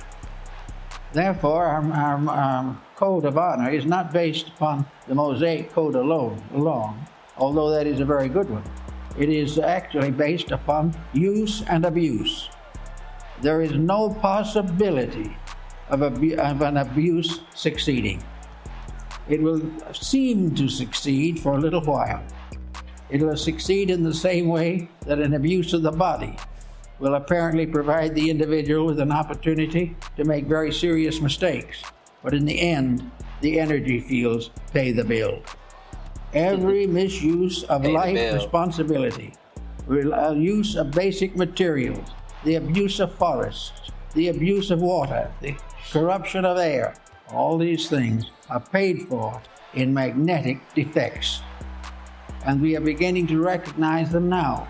We are wondering why some of these strange things happen that have been happening in the last few years. Nuclear fission is a great tragedy, not because it simply offends the peace-loving human being, but because it is a misuse, a violent corruption of energy. It is the use of a divine power to injure other people. Therefore, that which lives by the sword must perish by the sword. So our whole morality is a matter of life energies. It is a matter of gradually bringing all our intemperances into patterns of usefulness and creativeness and constructiveness. It is the gradual victory of friendship over animosity. It takes the stranger out of existence and puts the friend in its place. Everything is part of working towards an Halfway there. harmonious balance We halfway there. of the yo. natural resources of the solar power. Everything can be used to advance the common good, but everything that is used to destroy will be destroyed by its own destructiveness within itself. Now, another phase of that is now coming into focus very strongly in the problem of general reformation in human relationships. We have today a problem of marriage, divorce, adoption of children, all these different moral issues. Now we're going to have to finally settle down, and every person will have to decide whether he is going to fulfill his own purposes or whether he is going to obey the laws of nature. If he obeys the laws of nature and understands them, things will be solved. If he keeps on doing as he pleases with no consideration for values That's a or for the message rights right and there, purposes hold of nature, he will be in trouble. Of marriage, divorce, adoption of children, all these different moral issues.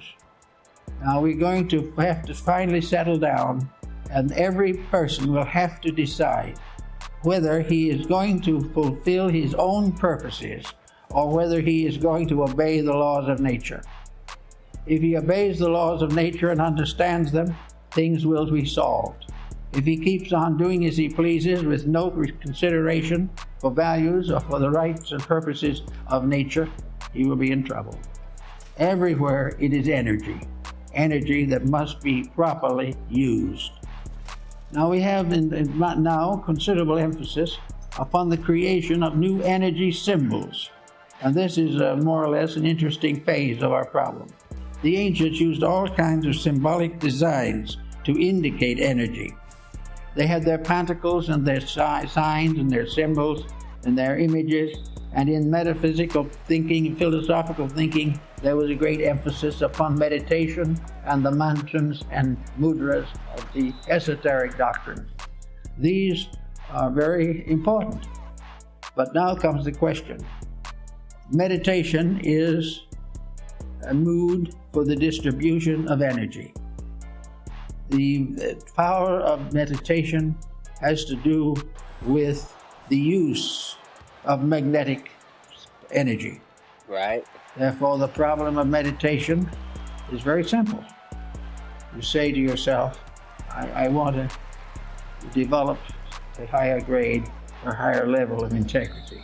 Therefore, through meditation and the dedication to the highest principles that I know, I will achieve a great improvement in character. Now, this is very good, proper. It's been followed by sadhus and hermits for ages. It has been followed by early Christian monks for nearly 2,000 years.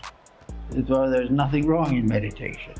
But someone, out of the smartness of something, decided that by meditation he could also accomplish a certain amount of selfish fortune for himself.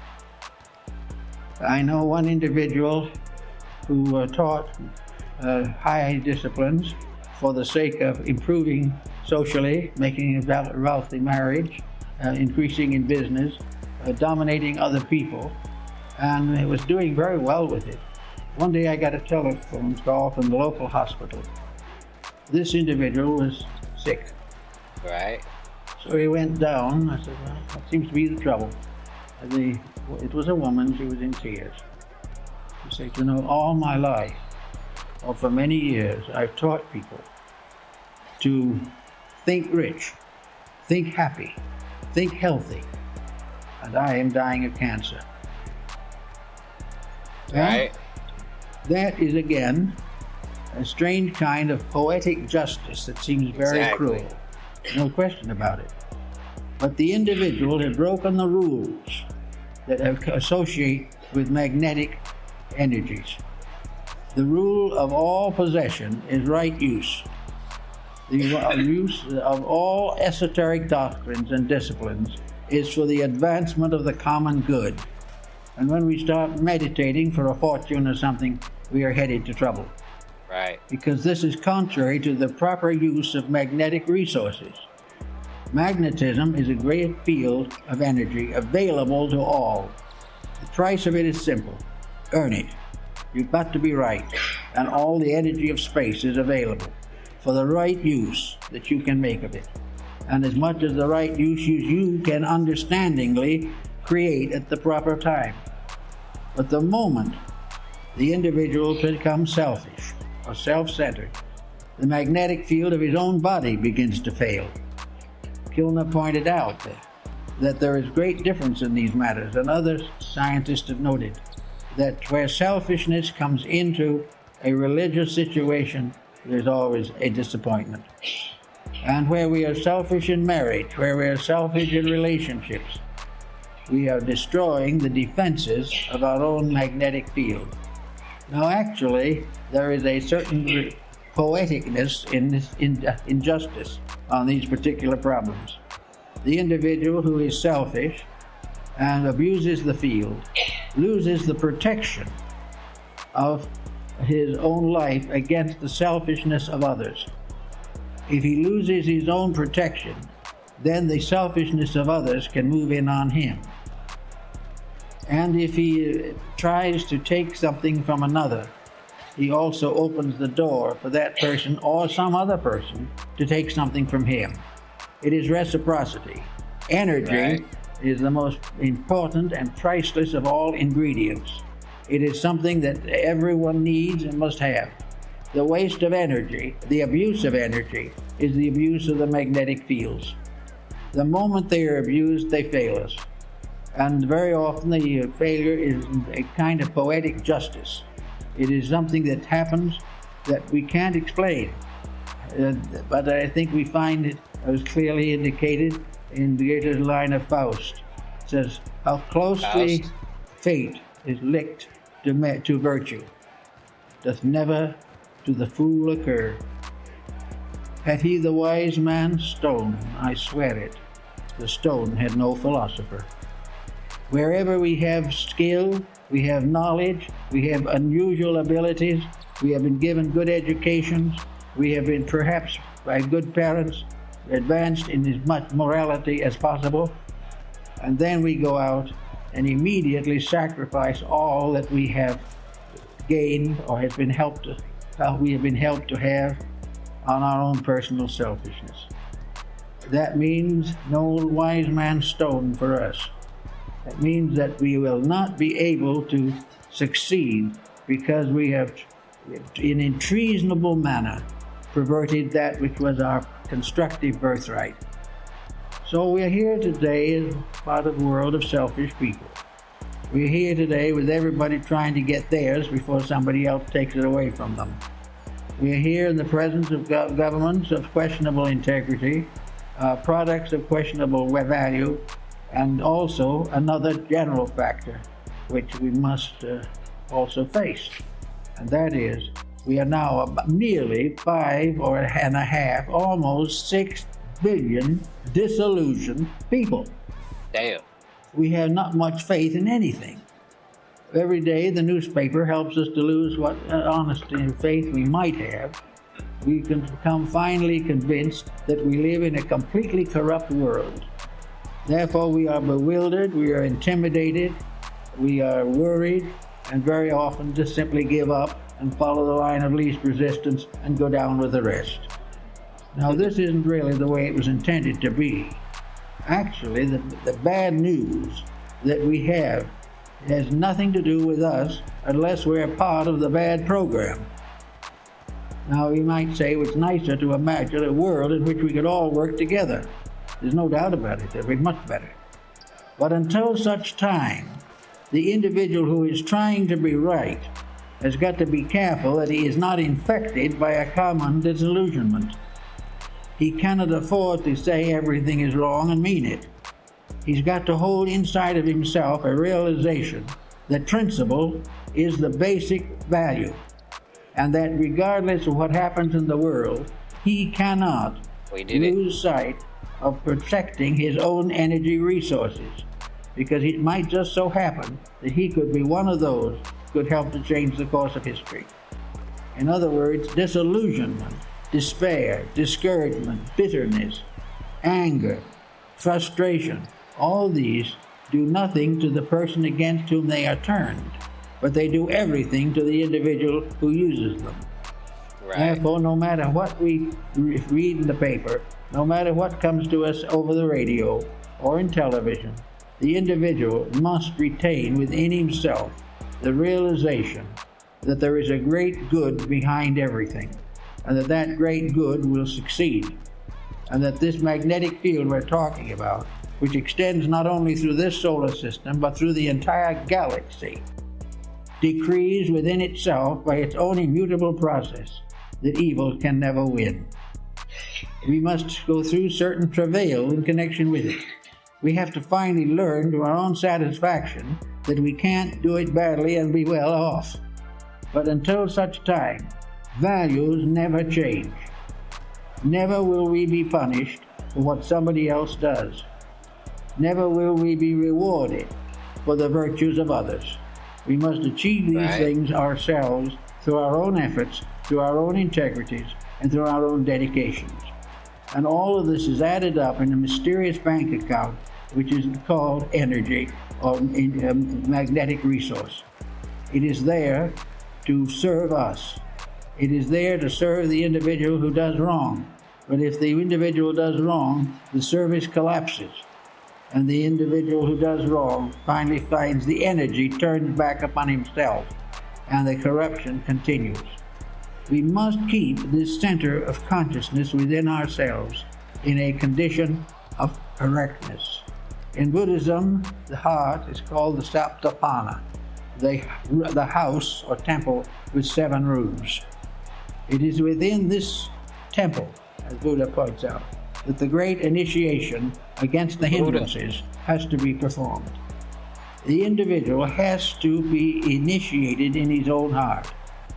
He must accept as a fact that his own integrity is his only strength, and also that his own honesty is his only wealth. All else is some kind of a delusion, which will ultimately turn back and whip him.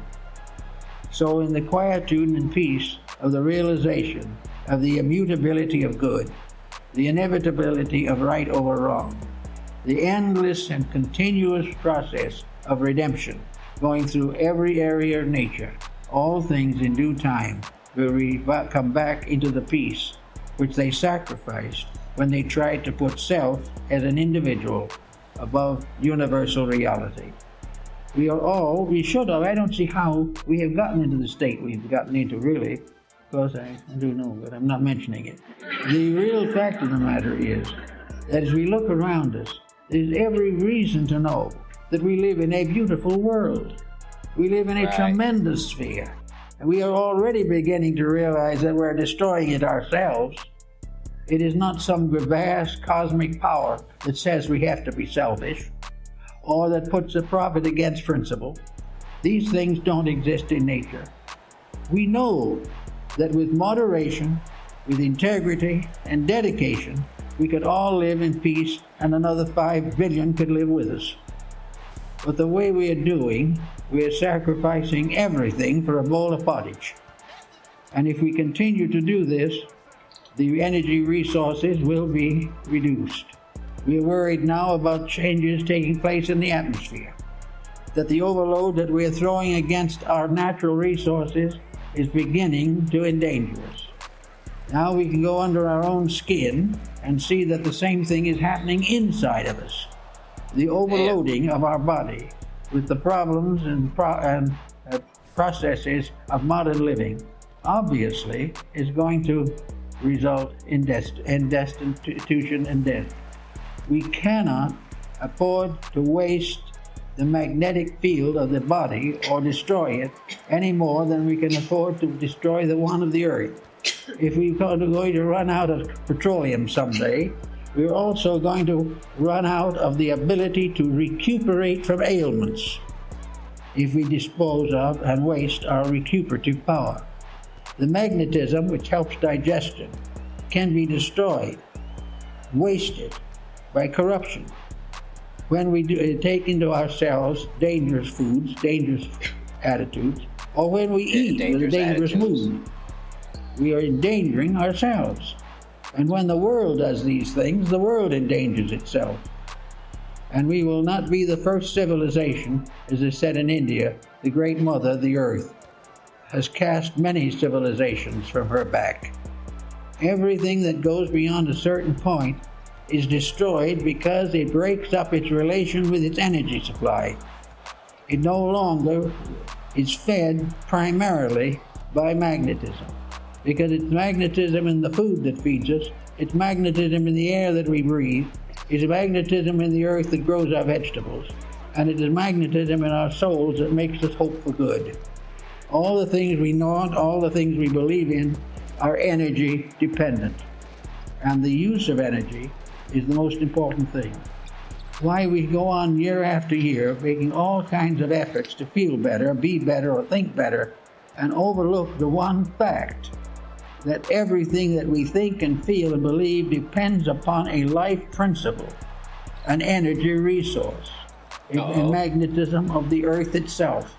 And that while this is destroyed or while this is abused, we will have the earth becoming more and more sterile. We have air no longer fit to believe. We will find the energies we have wasted lost to us forever.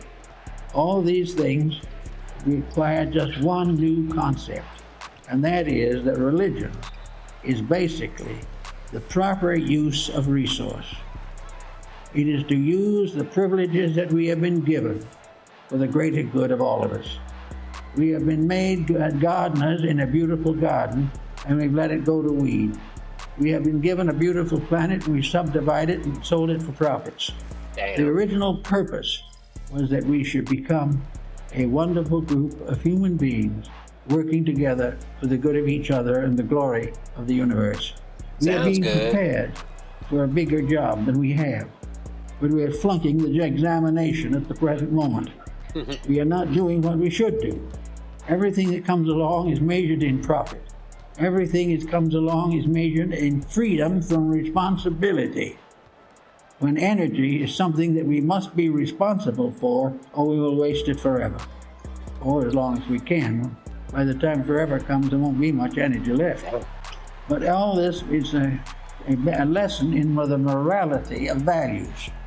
It is a lesson in the fact that we are the keepers in a garden. We are the gardeners in the garden of Allah, as the Muslim calls it. This is a beautiful garden that has been given to us, and we're letting it go to weed.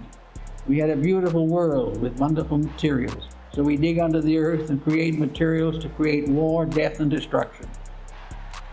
We have little gardens that we could have beautiful times sitting under our own palm tree, but we are fighting to take everybody else's garden away from them. And when we finally find a small plot of land that we might be able to use, we find the real estate agents are priced at 10 times its value. Right. All these things are all little things, but they all add up to the loss and waste of magnetic resource. They are the failure of the individual to protect the source of his own life, the source of his own future, and the breaking of the laws and rules by which he must compare his own needs with the needs of others. It is only when we work to protect the toadstool as well as the nation that we can have peace in the world. We must protect the small things, because each of them is a energy resource. The protection of them is against our viewpoint, because we take it for granted that the small should be controlled by the big. That small things, like humble people, are made to be exploited. This is not true. Everything in life is made to be used. Nothing is made to be abused. And the individual who abuses any part of life is contributing to the common cause of destruction. Now, this business of the energy and magnetic resource went on down through to the present time. And now we have a new measurement for it, and that is the development of a large group of electrical devices, by means of which it becomes apparent to us that it is possible for the human being to make use of any energy as he sees fit. Now, the instrument that he has within himself is infinitely more wonderful than any television or any computer can possibly be. We can have a computer do everything, and it is alive. Don't for a minute think it isn't. But it is alive in a field of energy. It has a life, it can propagate itself, it can develop itself, it can grow up, it can grow old, and it can die. Because it is all part of an energy usage. But in all of these usages, let's remember that the individual is humanity's prime asset. The individual is here to grow. And in growing, he grows by helping everything else to grow. The moment he goes into negative competitive relationships with everything else, he destroys himself. So out of a great brotherhood involving potatoes, diamonds, computers, television, music, everything is part of a magnificent harmonic pattern. But the individual has forgotten or neglected to mature his own inner life. He was given religion in the beginning to help him to build an internal life, where religion was nothing but a statement of the rules. It wasn't a doctrine, it was a statement of the laws that have to be obeyed. Man has gradually disobeyed these rules, and now he questions the reality of religion. But he has never been able to prove that the religion was wrong. It was merely inconvenient. It prevented him from being as selfish as he would like to be. This being the case, he's in serious trouble. But out of all of this, we hope, with the coming of the next century, that we're going to find the real basis of our understanding. We're going to discover the good universe, which we have forgotten existed if we ever knew it. We're going to suddenly realize that galaxies and stars and systems in space are not just simply something out there to provide us with energy to run motors with, or that we are going to solve all the problems of nature if we can get a photograph of ourselves standing on Mars. This has nothing to do with it. We're living in a great, beautiful world of cooperating forces, filled with things that want to get together and work together for the common good. And all we can do is make games out of them. Silly games. Games in which we think we're conquering everything by putting something in orbit. That's not at all true. And what really we are looking for is to realize that we conquer or we win or we achieve our goal when we put ourselves in orbit. When we get back again into the rules of the game of life. Serve it as it should be served. Love as it should be loved. Admire the good, protect it, and slowly and quietly outgrow everything that is less. If we can do that, then these resources, these magnetic fields, will supply us with all the energy the world needs for millions of years. It will not be the loss of the energy, but it will be that if we do not make these corrections, we will not be able to draw the energy to ourselves, and that which cuts itself off from life is the dead branch that is cast back into the fire. So out of an understanding of energy and magnetic resources, we go a long way toward solving the present problems. That's it. That's it. He was buzzing for a minute, though. For real. He was going for a while, though.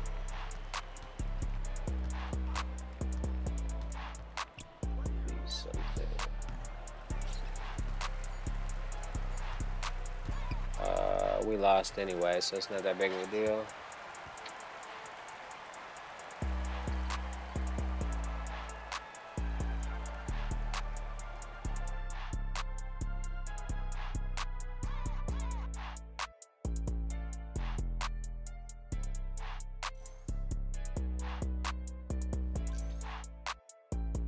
Halfway done. Then I get to make another build, like a sharp. What is this? Oh, who's online? The homies is online.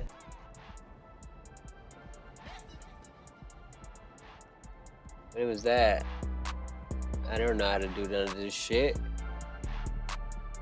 Cool though.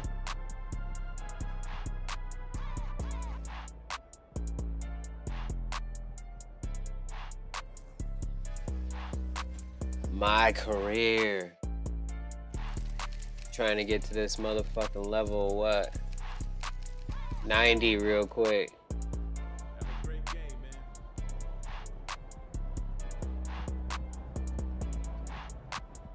man. Let this shit load up. A little sick, I'll be.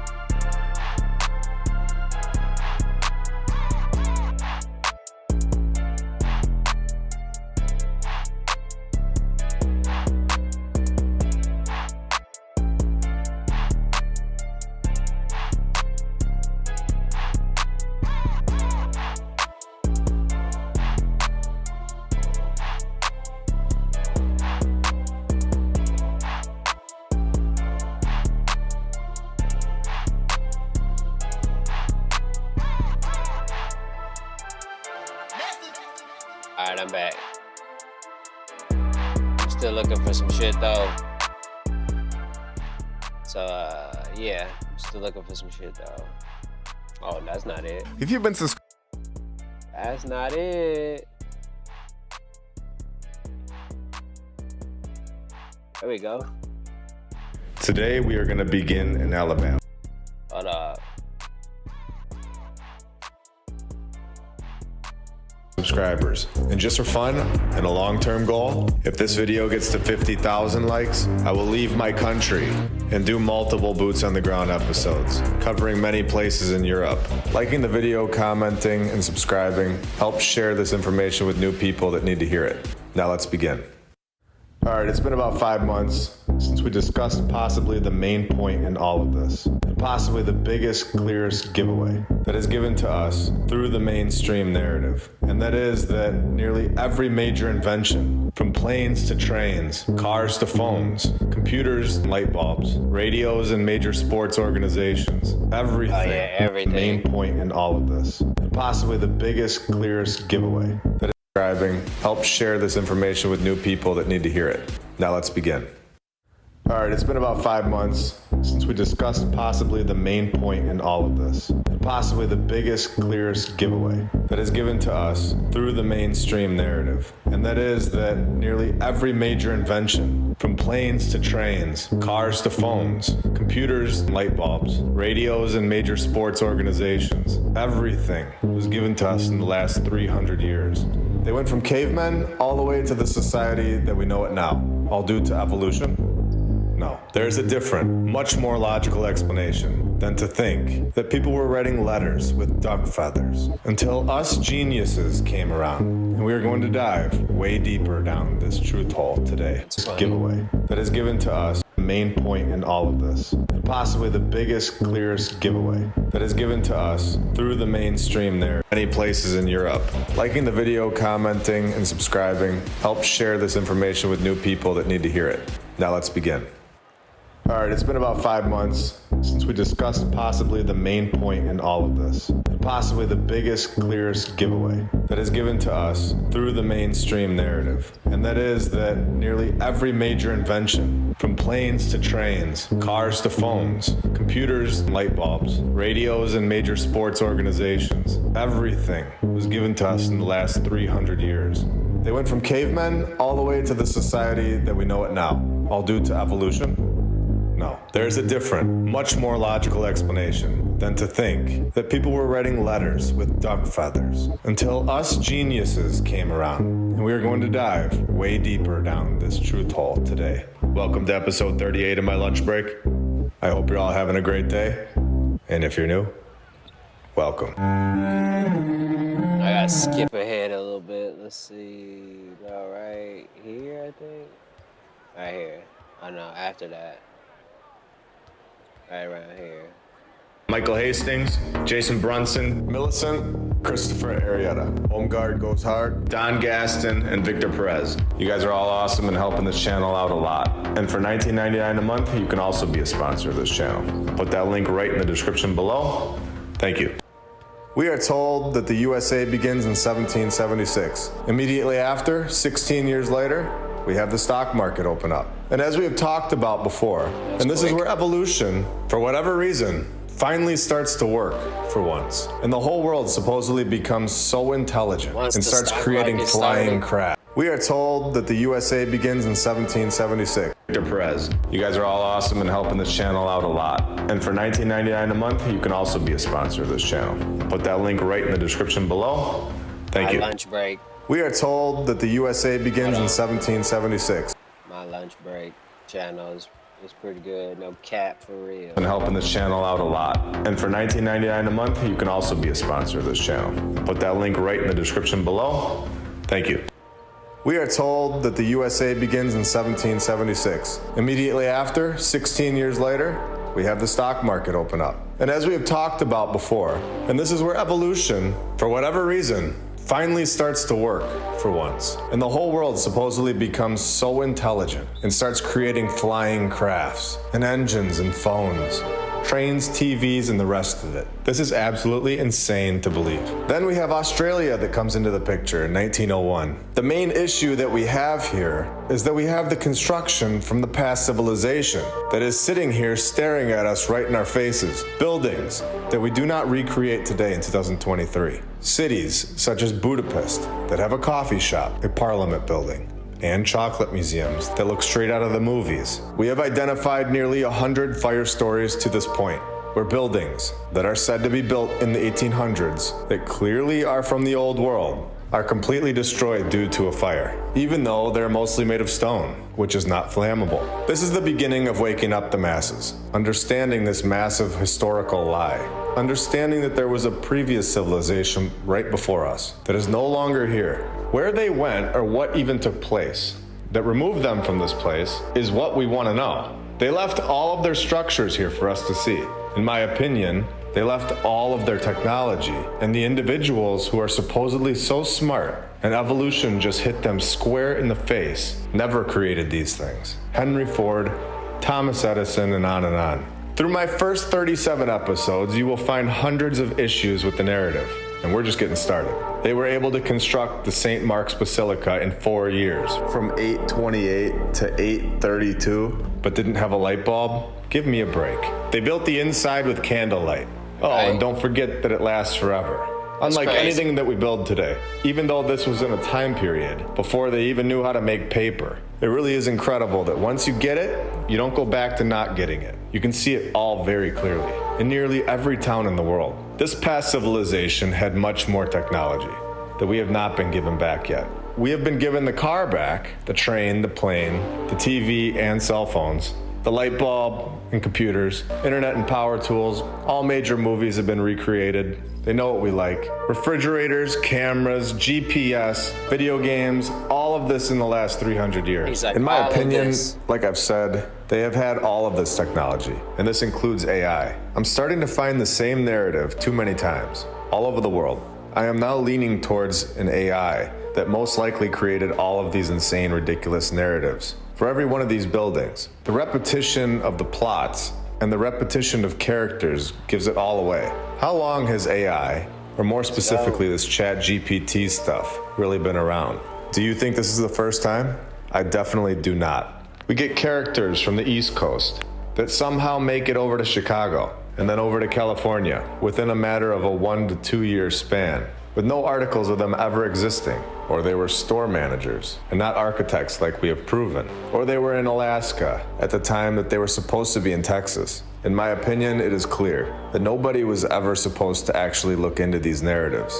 If you have used ChatGPT, you will fully understand how simple this would be to create a false narrative using AI. And if we are allowed to use ChatGPT, what kind of AI do you think they have? Even languages are very interesting. Were all these languages developed all over the world to keep us from being able to share valuable information with each other, to better ourselves, and to free ourselves from the insane controlled system? In my opinion, I think that's clear and obvious at this point. And it seems like once we become bored or uninterested in the item, they release the next item of technology that the past civilization already had. This group of people have much more to release, to profit off of, and to use to control the masses and manipulate the minds. We have talked about books in the past and how it is important to have them.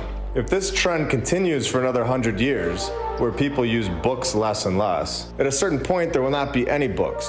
If our information is wiped from the computers, what will be left? The answer is nothing. Nothing will be left. And this is how history can easily be rewritten, to trick the next civilization into thinking that they are the first ones, and that cavemen in the 800s built the St. Mark's Basilica in 4 years, and so much more. How have we been so naive for so long? Why are we just waking up to the nonsense as a whole? I said it before and I'll say it again. Once you know the truth, you cannot go back. And who would want to? We are fully investigating the historical nonsense that we have been force-fed. Was Columbus even real? I'm leaning towards no. And the fact that we argue whether he was a good guy or a bad guy is exactly what they want us to do. Once you pick either good or bad, it is actually an acknowledgement that he was real, and you are accepting their nonsense. 1492, nobody named Christopher Columbus sailed the ocean blue.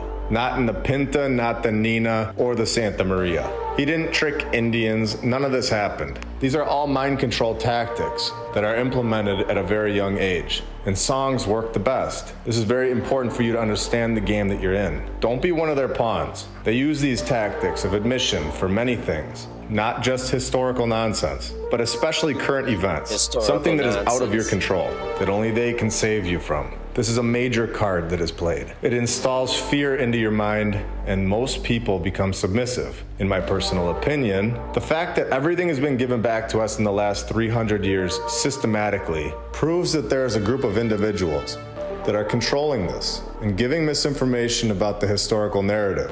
This is not by accident. It's not mathematically possible for there to be no electricity for thousands of years. And out of nowhere, we have all of this technology. And the same goes for the possibility that every house in your neighborhood has been burned to the ground. That's impossible. Yet nearly every old world building holds a fire story in its narrative. And every major city has had a great fire. And are these fires great? Not for us, but I think for them. To destroy all of the past civilization's things. All happening within the last 200 to 300 years. But why lie about the history? Well, why not? You get to hold on to all the power over all the people. You've done it all before. You know how the system works. You've got all the kinks out in the past civilization. Now you get to control the banking system, all technology, the governments, what the people watch, what the people listen to. You control what is acceptable in society. You control what is not acceptable in society.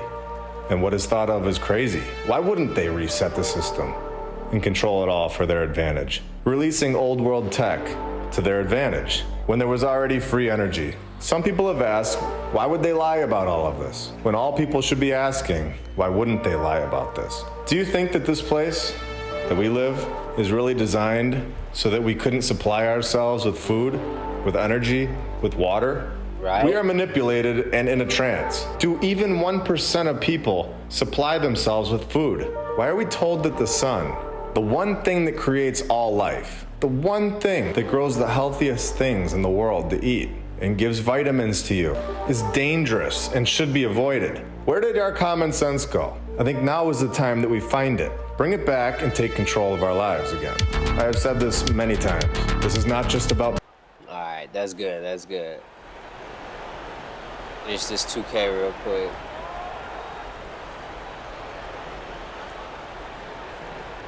What the fuck is they doing, man?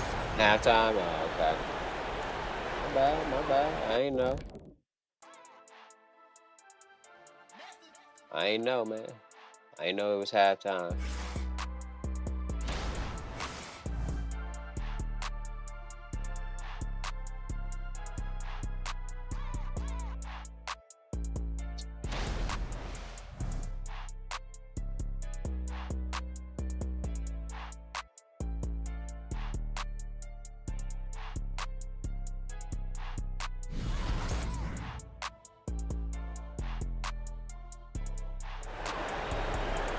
Hey, looking for my shit.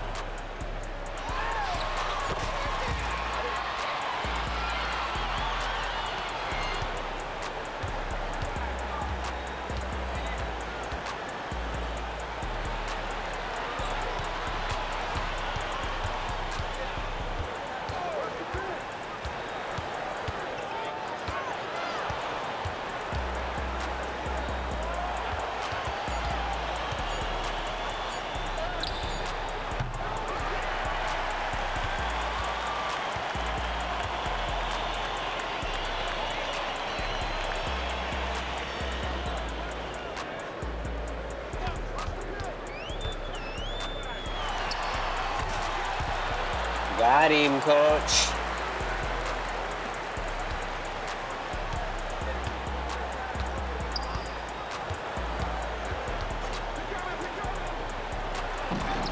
Damn.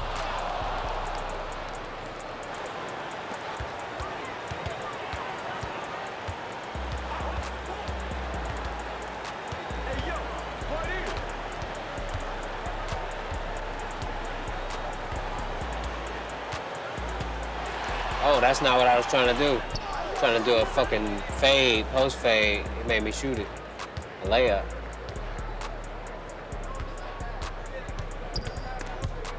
Oh, we got his shit ripped.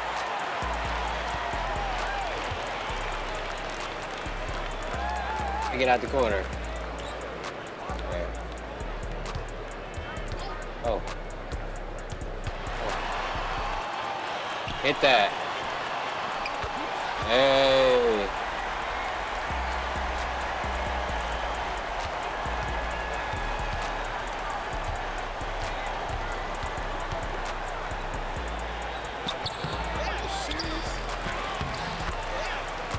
He beating him down there.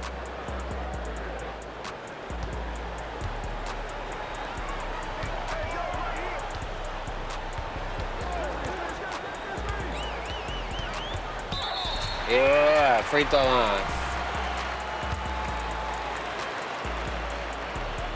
I still can't make free throws though.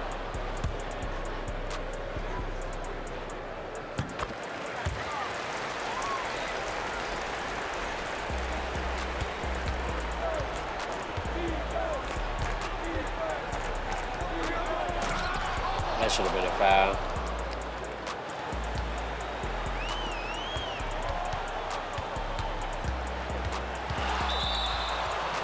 They keep fouling me, yo.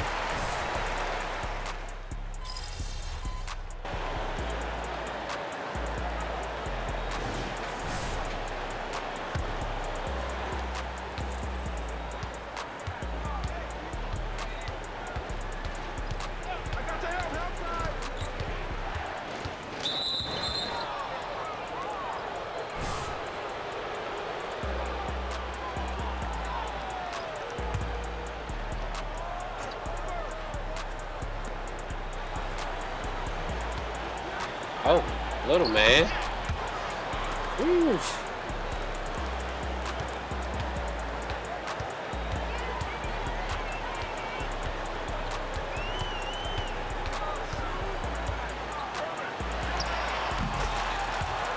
Yeah, we could play unfair then.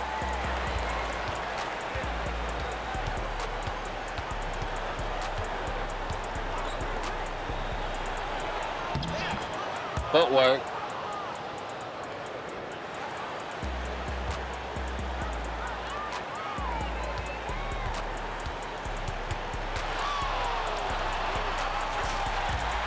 Uh-oh, don't let me start doing that.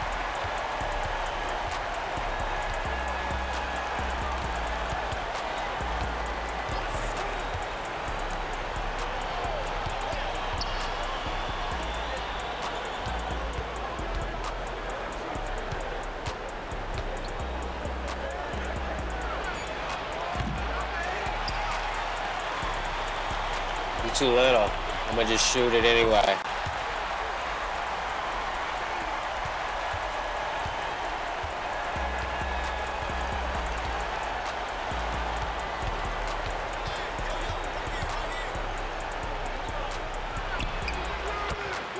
Yeah, he said the same thing. Shit. Right, will I get here?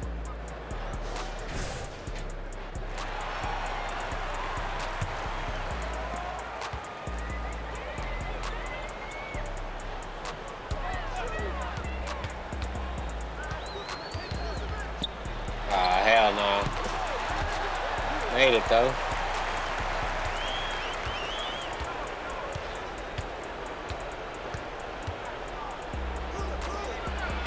That was easy. Who guarded him?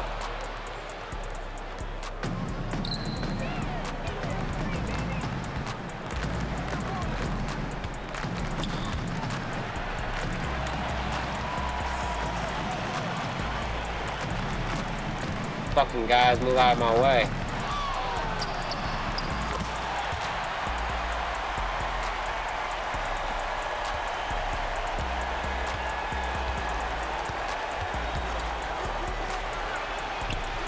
I'm about to say, he up.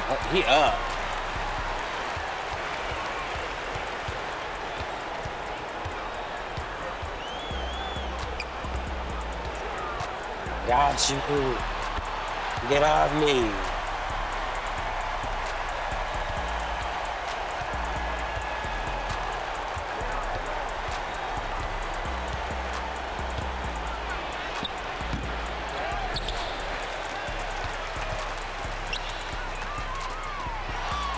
Oh shit, get off me.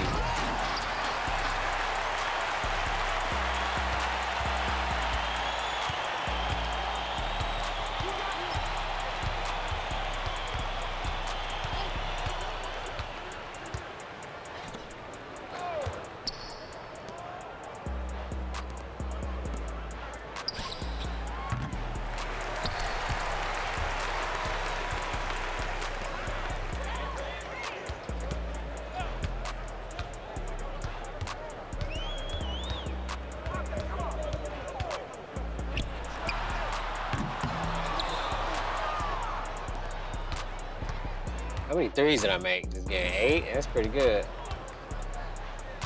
I might have to change my shot though, because I know this shot is too slow for the fucking park and the rec and all that.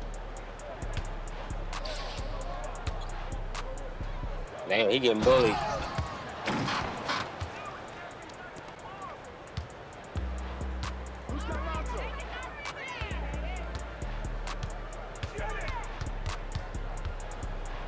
Hey, come on.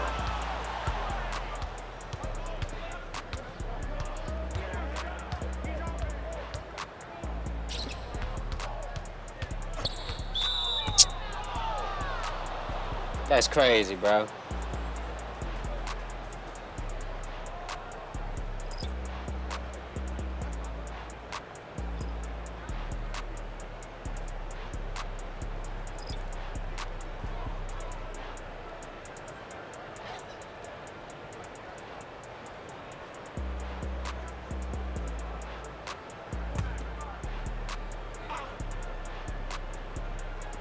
Leave it like that, then. Sheesh.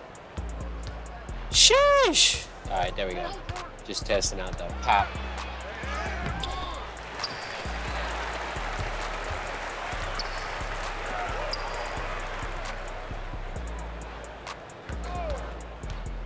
Hey, let me get that.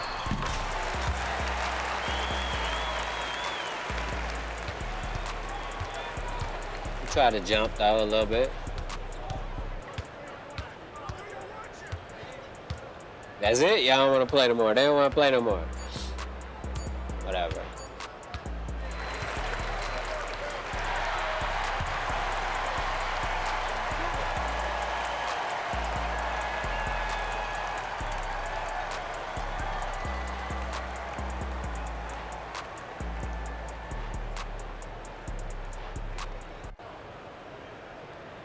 With one of the most eye-opening, and I want to thank all of our, and for $19.99 a month. Definition of founder is not constructed. It's literally finding a building legally.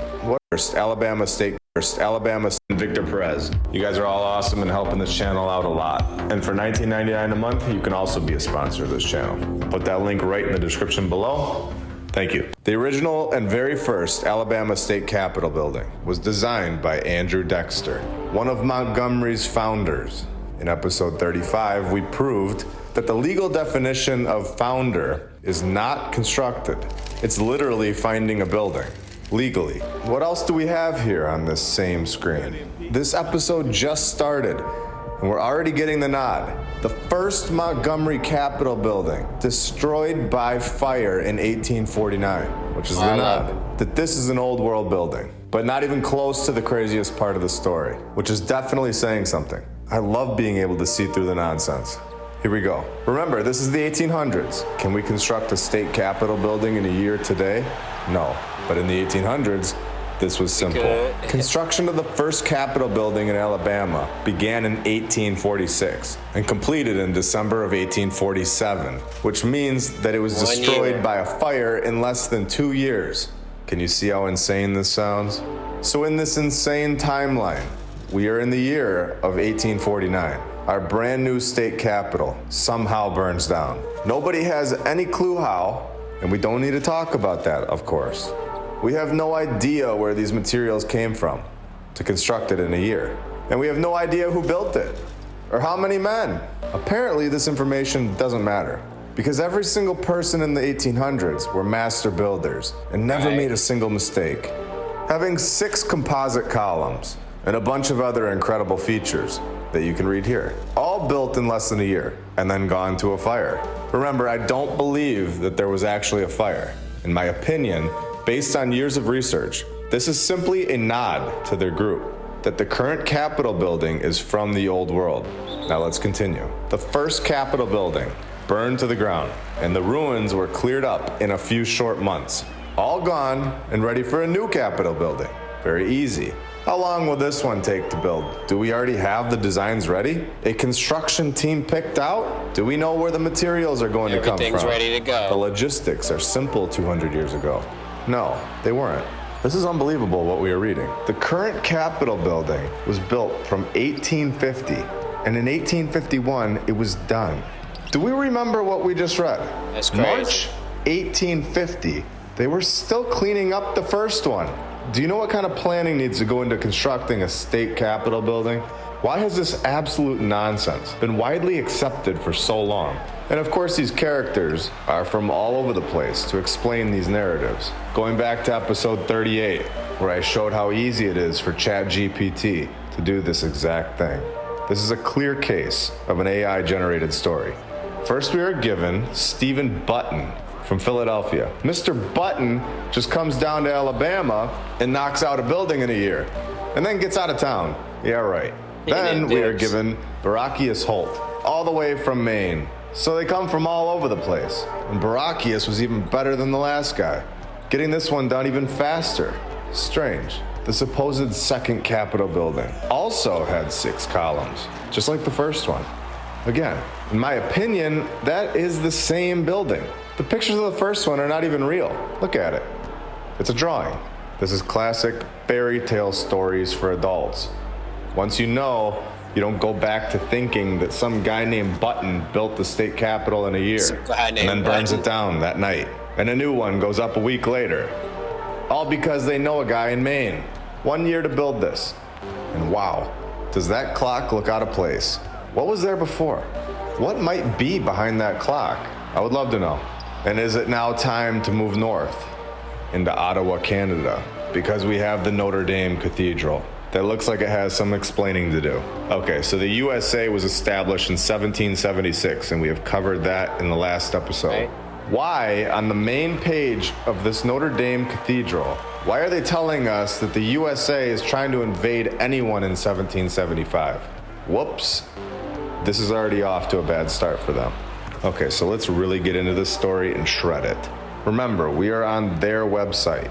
There should be no debate about this story. So let's begin. A new piece of land is given to the church in 1832. A small wooden church is built. Fine, they mention that it's small and not made of stone, granite, or marble like normal. I'll let it slide for being built in a year. Okay, they need a stone church 6 years later. And they mentioned that they want it built similar to the St. Patrick's Church in Quebec City in 1831, giving us another building to investigate. Thank you for that. So in 1841, construction begins. They get their cornerstone blessed. Sounds good so far. Building the new building around the old wooden chapel? Strange. So they need to move the wooden chapel to a new location on the other side of the street. What? Okay, so it's moved over there. And right after that, 4 years later, what do you know? It's burned to the ground by a fire. It's burned to the ground. Oh my God. The nod that this is another old world building. Just needed to squeeze the fire story in there really quick. It's strange if you go on another website. We are told that it was only 2 years later. So who's lying? So to explain why the current church is so massive, here we go. We have a change of plans. The population is getting too big. Let's make this thing even bigger. And of course, that is approved. Why wouldn't it be approved in 1843? This is simple stuff 200 years ago, with horses and wagons. Very simple.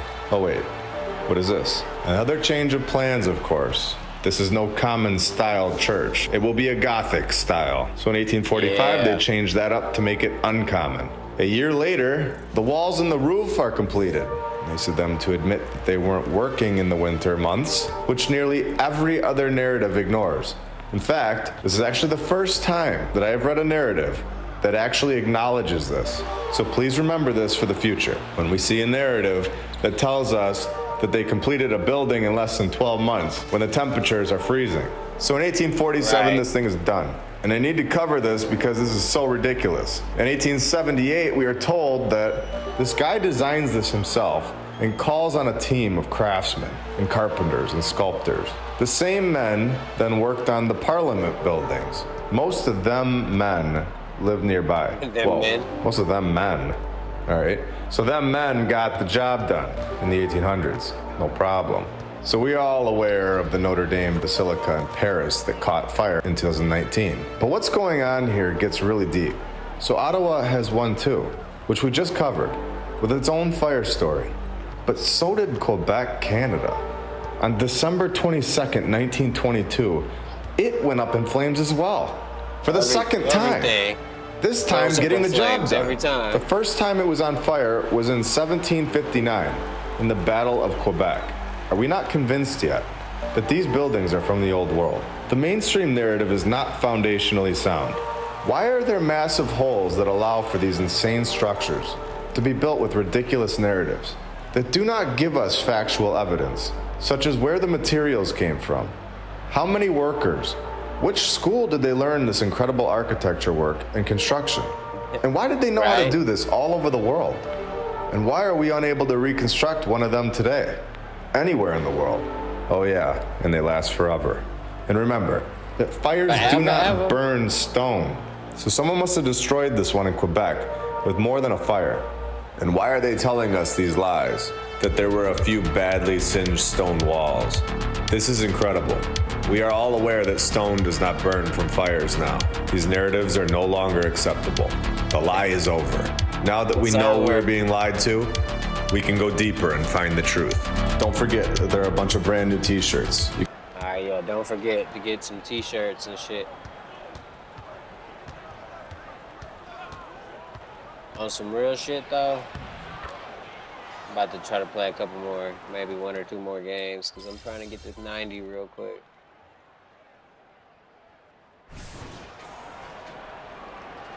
Let's see how much I gotta play.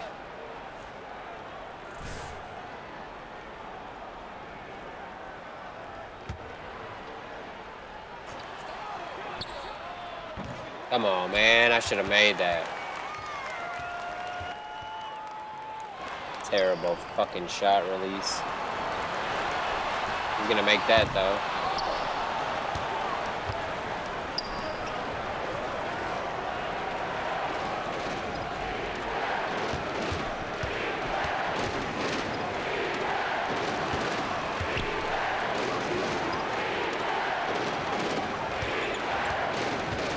That's LeBron James shit right there.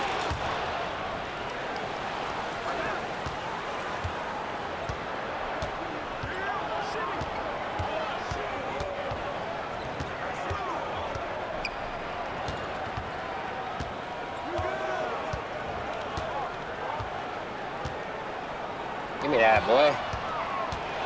Fuck you thought this is, Jimmy Butler?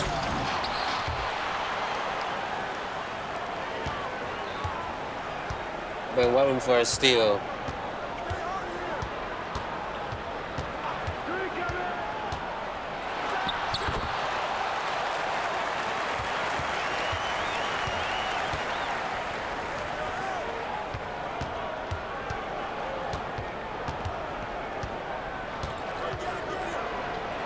Look at that pass. Look at that pass. Don't double team me, bro. Stay back. Guard your man.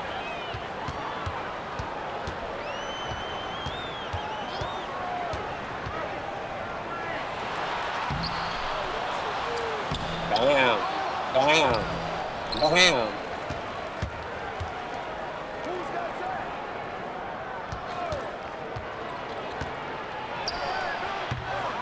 Alright, I gotta make that. I keep missing those. That's just on me. That's why I said I gotta get a faster shot, because I'm shooting it too fast.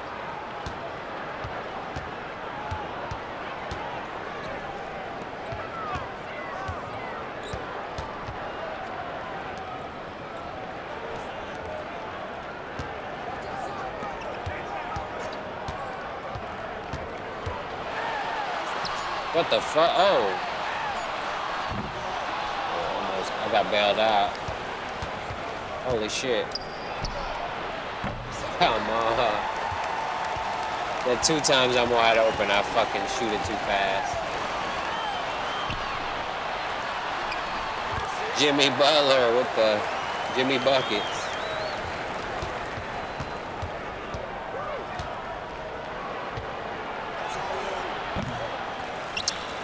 Alright, I did what I wanted, but I didn't make the shot, so.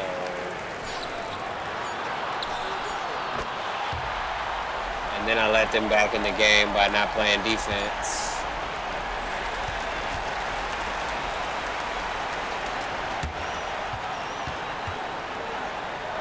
Goddamn white boy. What's his name? I can't remember his name.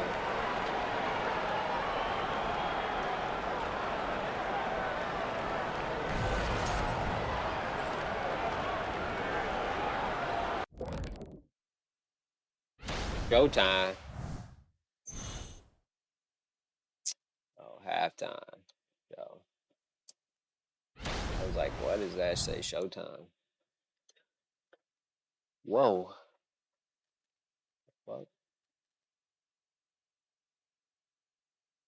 Yeah. You bitch, you. Almost sneezed. How you say sneezed? I don't know. Whatever. You get me. Alright.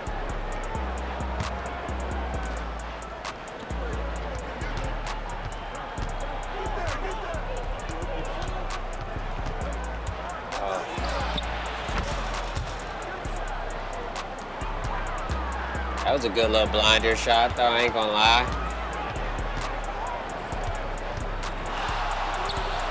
Well, stop.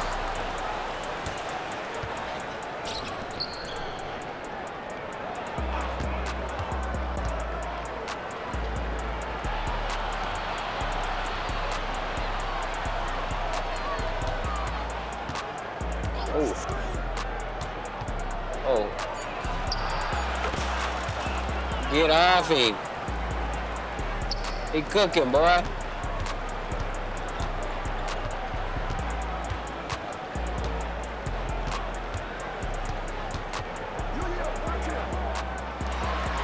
No.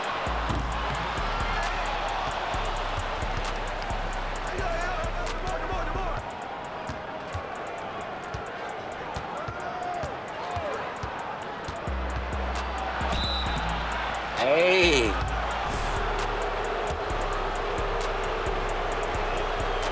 Fuck.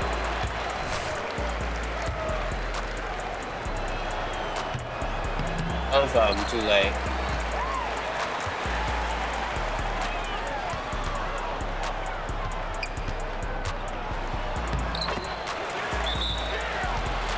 Kevin Love working the youngsters.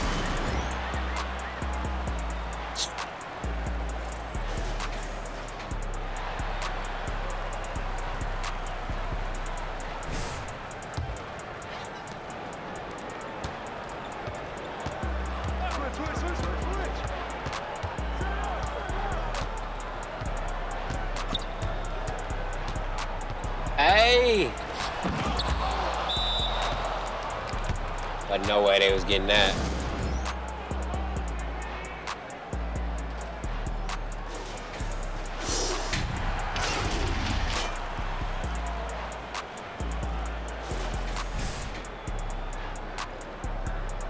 D. Rosen.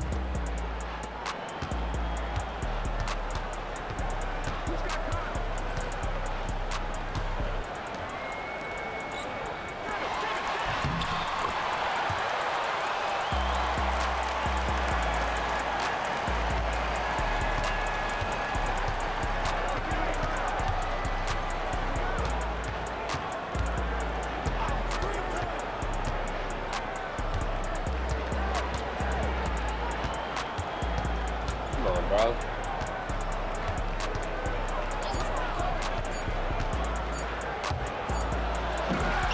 There we go. Nice little bounce pass.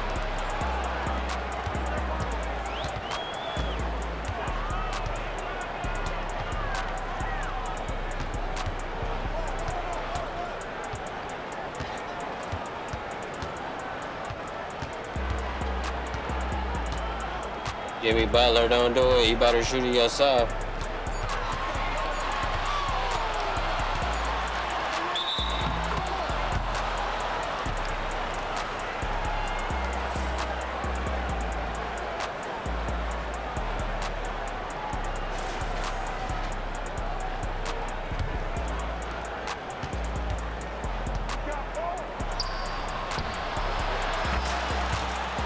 Too easy.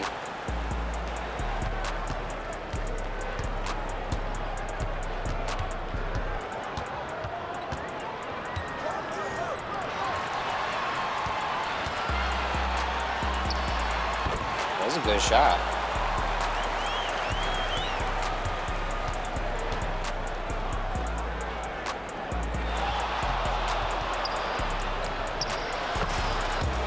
There we go. That's what I'm looking for.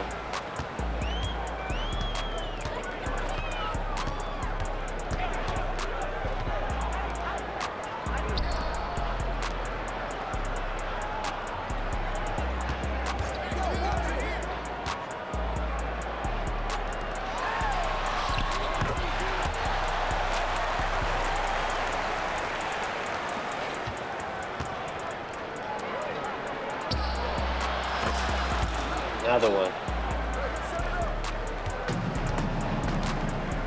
Put up the score.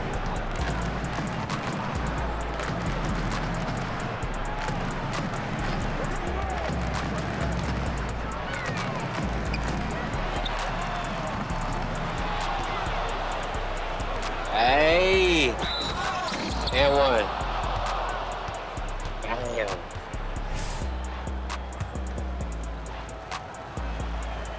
God, I can't even make the fucking and one.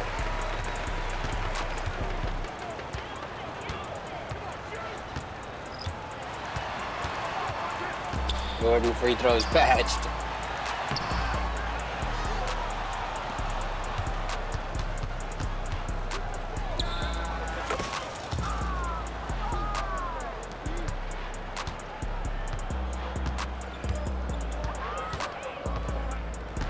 $44 points.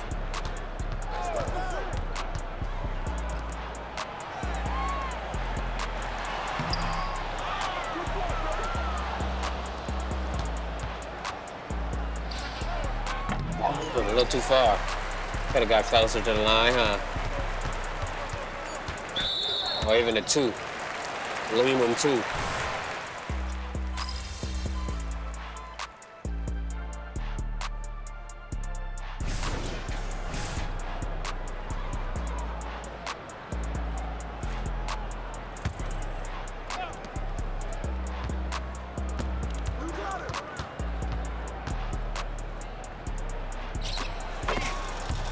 Too easy. Free throw line.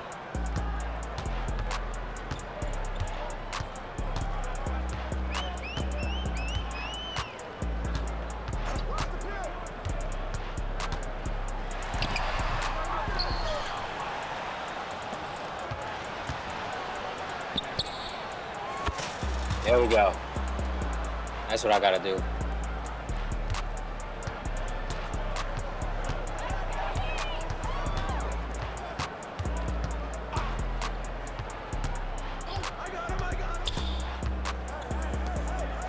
As soon as I reach, bro.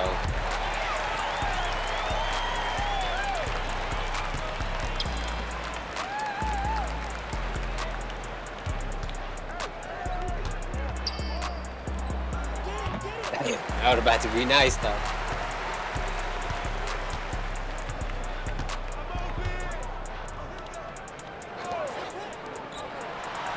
Help.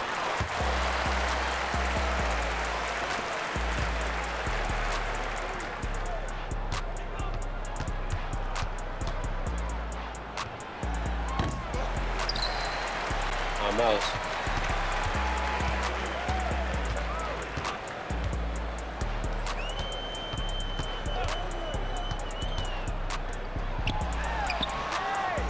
Oh, hell no.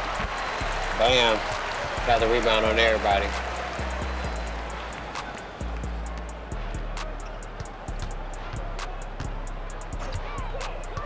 Hey. I was about to say, switch it up.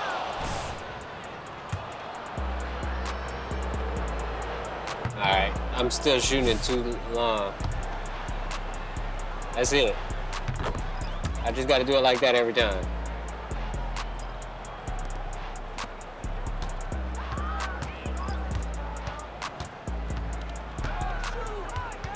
Good, I don't want to guard Jimmy Butler anyway.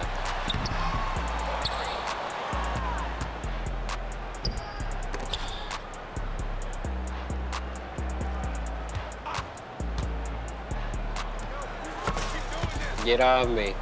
52.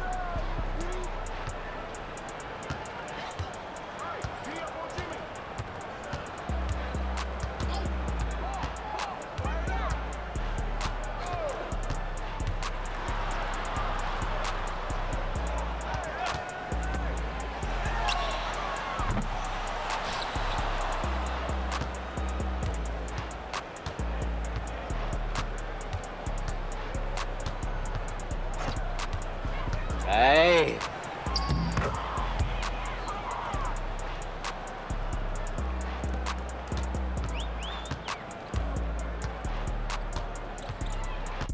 Did I ask to send him out? Yeah. Hold on. Yeah, access him out. Yeah, fuck that.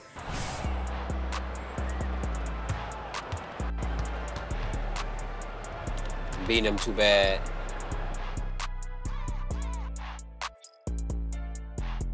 Kobe.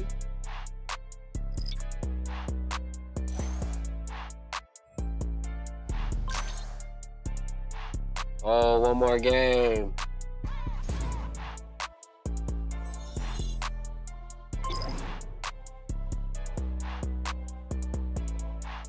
One more game and I should have it, huh? Hey. One more game, bro.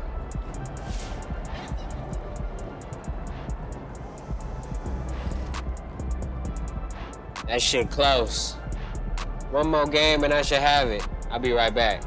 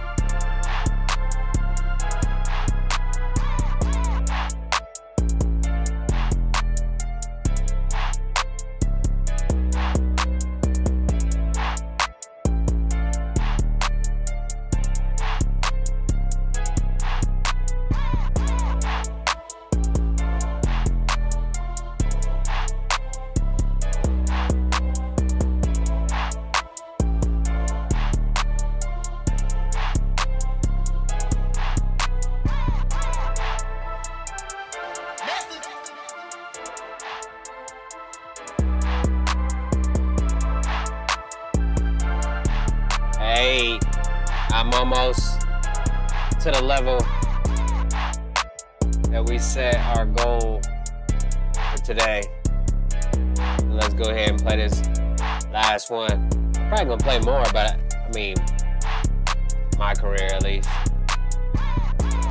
I just wanted to get my rebirth build done or whatever, or at least available before I start doing all this other shit, you know what I mean? But we shall see what the future holds. You dig? Hold on, man.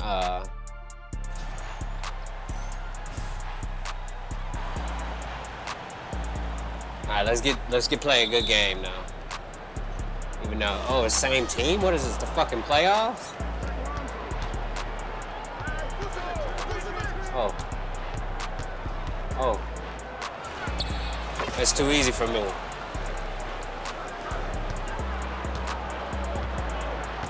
I gotta get some coffee after this too.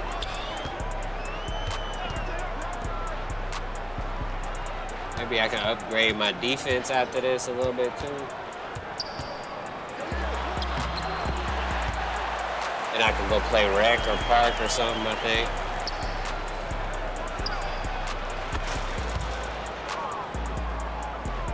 Shooting that thing.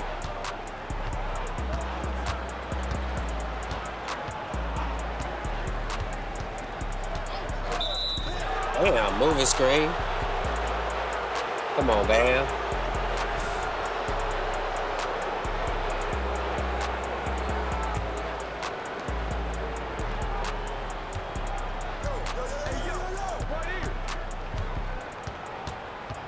What up, bro? Why is this nigga all up on me like this, bro?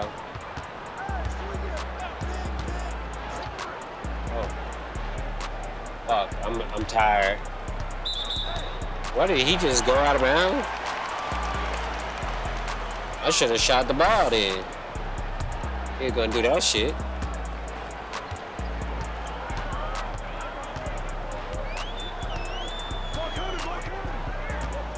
They only got 2, we only got 5. Yeah, we there. He trapped.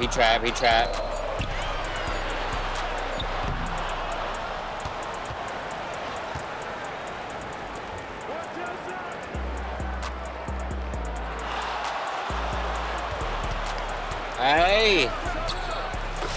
Let's go. 94 feet, come on. Oh, hell nah.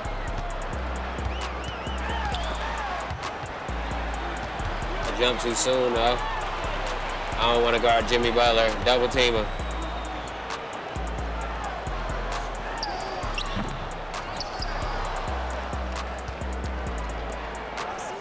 Oh.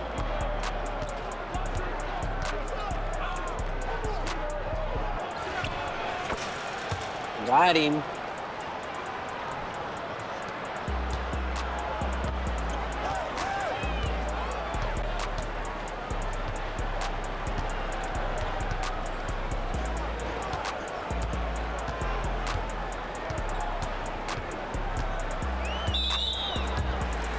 I need to put my steal up, definitely.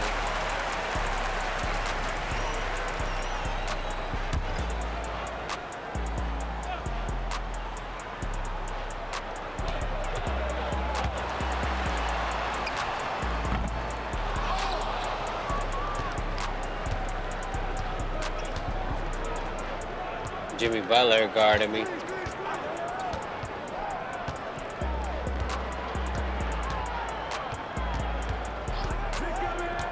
Oh, too easy. And one. Went straight to the front of the rim. There we go. Now we back. I can see him now. There we go. That's green.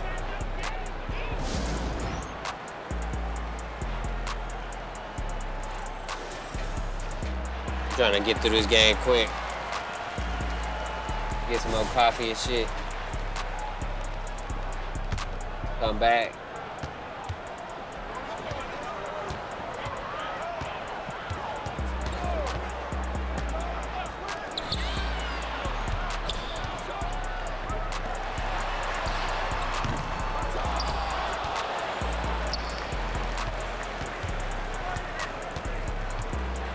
That's easy.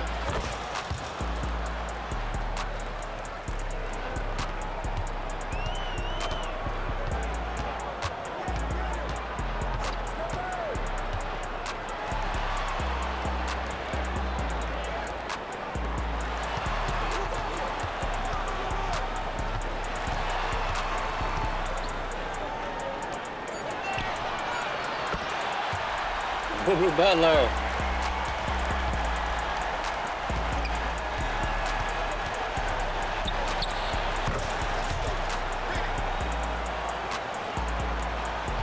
Three from the corner.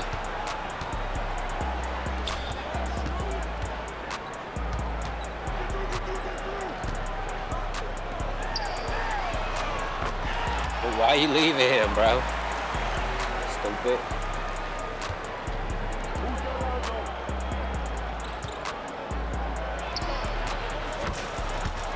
Bang. Puts it in.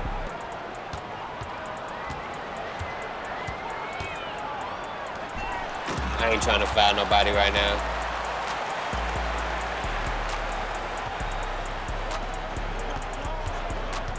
Skirt.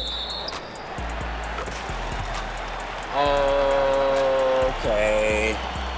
All right. Can't do that then, huh? At least we did it quick.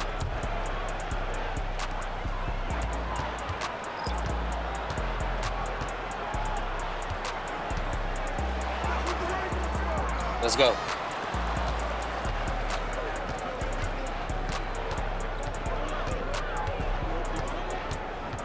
A skirt? Oh. Oh. I didn't hold it long enough. Slightly too early.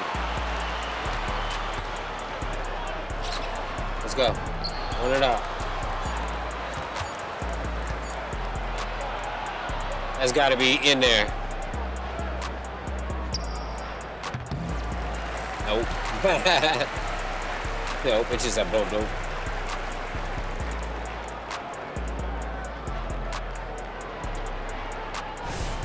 All right, let's go. Let's go. Hey, wait. Come here. Hey. Chill out. All right. Alright, oh. Oh, I'm still on fire and I'm blowing it, doing dumb shit. Alright, fuck it. We up. Gotta lock it back in now. Hey.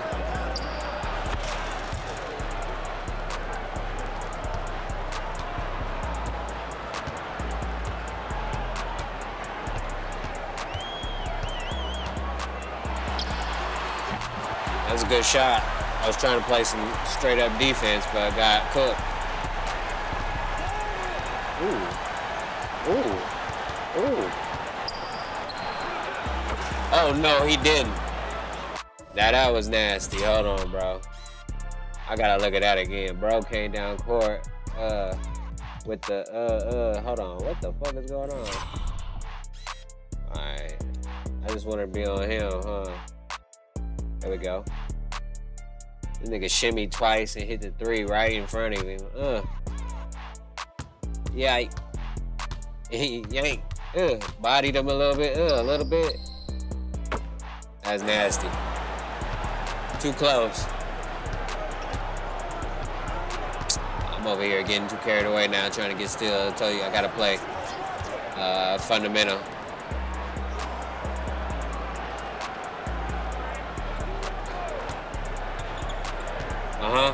Oh, he got it.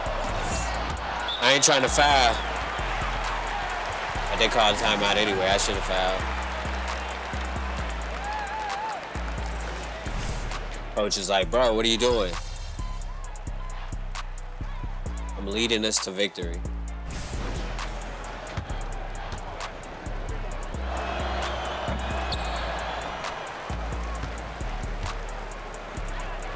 That's what I'm doing, bro. So what build should I make?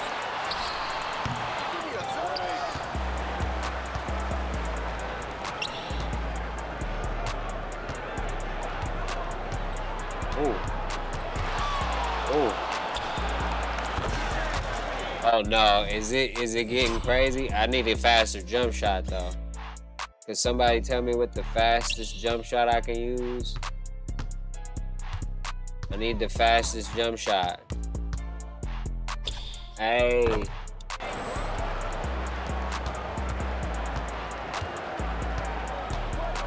This ain't no point guard though. Oh, that's a block. I could have helped.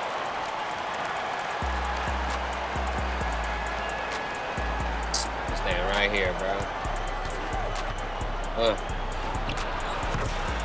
Yeah.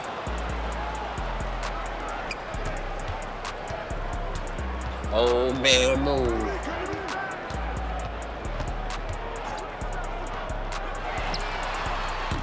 Gonna let Bam shoot it, but you gotta get the rebound now.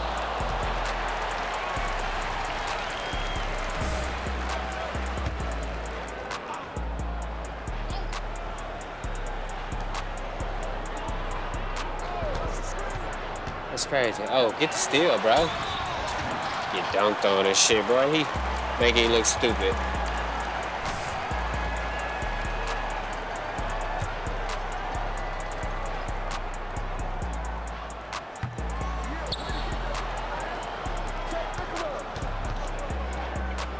Let's go.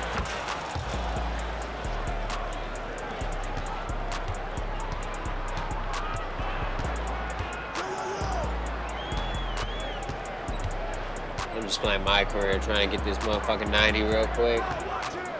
Trying to learn how to dribble. Learn the fundamentals of the game again.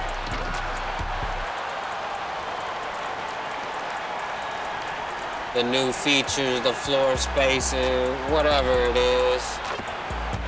Figuring it out.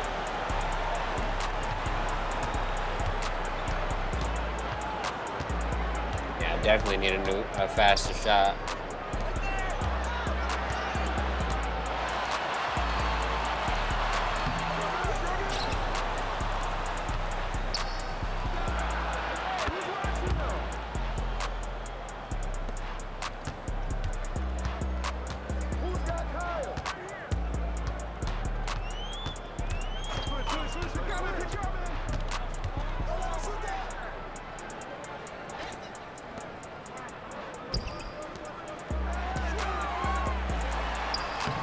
What are they doing? Get the rebound.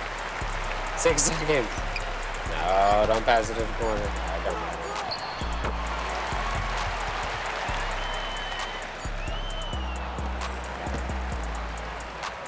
I was gonna try to shoot it. Shoot or shoot, you know what I'm saying? I was gonna shoot my shot. They ain't give me no chance. Halftime, and then we're gonna be level 90. Then, like I said, man, I don't know. I might play this shit some more, or play Starfield. I don't know. I mean, might play Park or Rec. I don't know. Might get back on late. I'm probably gonna get back on later anyway. Eat some food. You know what I'm saying? Walk around. I'm getting old, man. Some proper ergonomics. Go stretch. Be healthy, generally speaking. You know? Oh, come on, bro. Bitch ass nigga gotta step up. Alright. How about that? Oh, come on. I thought I was gonna make it too.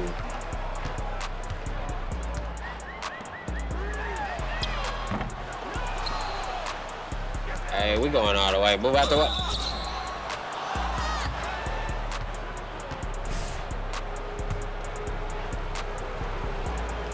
That's my fault for even trying to goddamn dunk it. I need to just shoot. Stop playing.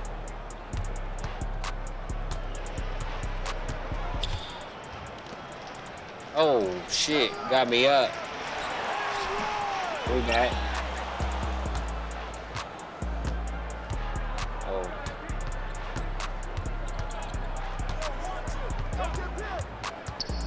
Holy shit. Oh.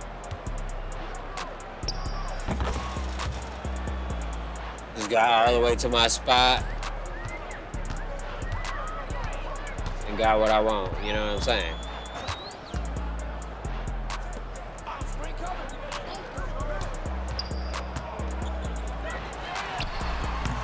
That was a good play. It just didn't work. Oh. Hey. Hold on. Gotcha. Wide open. And you break. I did too, though. Alright, he going crazy now.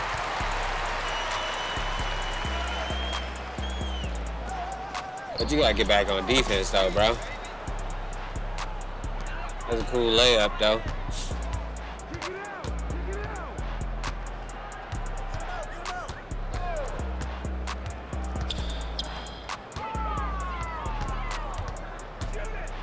Damn, that's on me.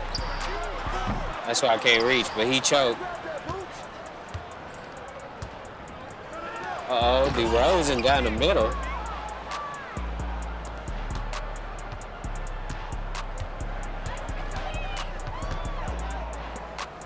Oh, come on, bro. Oh, he got me up with the little hezzy. He missed it, though. $1 million move, but a 10-cent finish. You know what I'm saying?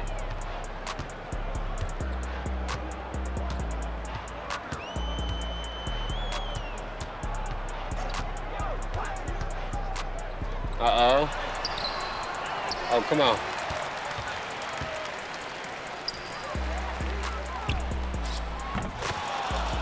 From deep, too. Over love.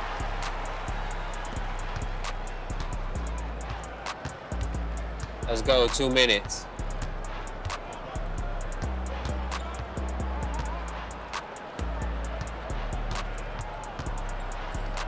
There we go. Don't reach, man. I ain't reach. They took me out. Motherfucker. How much takeover I'm gonna have when I come back?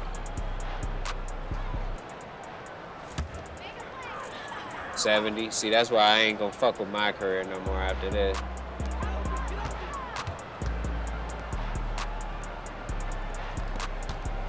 They got me fucked up. I didn't put the meter up, and then they're gonna take it away.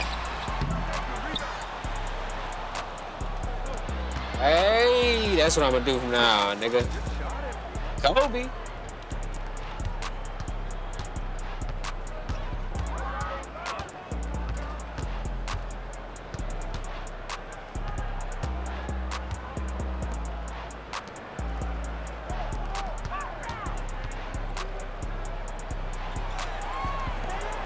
God damn. Pressed the motherfucker way too soon. Hey. Tell you that's all I'm doing from now on. Ain't no need to go into the rim. Fuck it.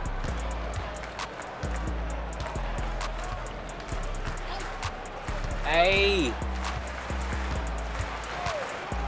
Let's go.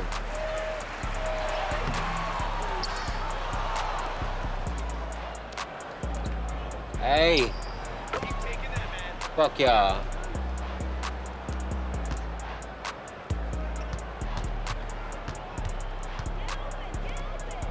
Get open, get open. Am I level 90 yet?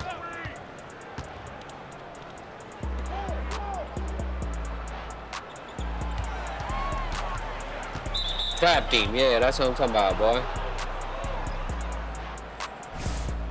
The game got some real defense this year, I like it. No cap for real. I just wanted to see if I can catch a shoot from that far. My three ain't that high with this guy.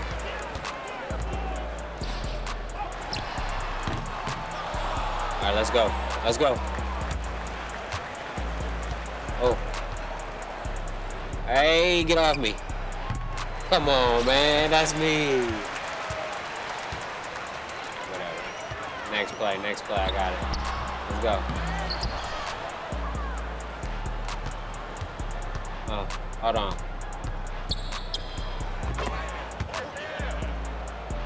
Too easy, man. Going crazy, man. Uh-oh.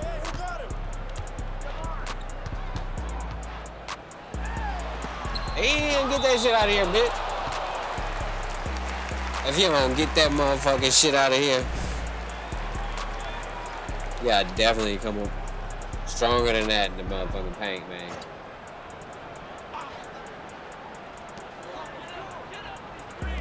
Aw, come on, man. I got 58 points, bro. Still trying to play.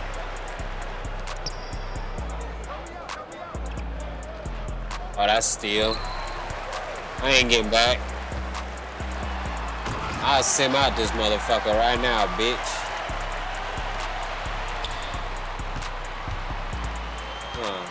Hold on, bro. Chill. Man, chill, bro.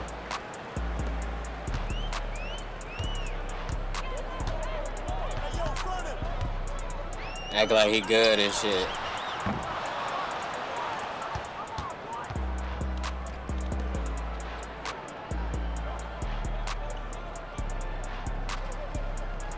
Oh.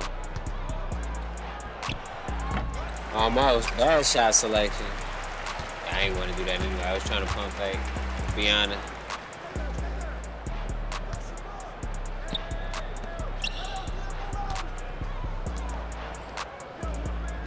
That's it. 60-point game for the 90.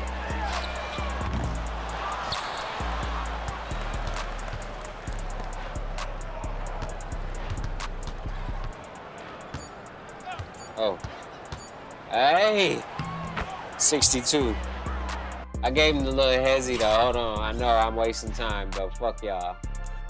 Is that a skip? Then I said, wait, oh, gave him a hezzy and left. Yeesh. The hezzy is release on turbo. You just release it and then go again.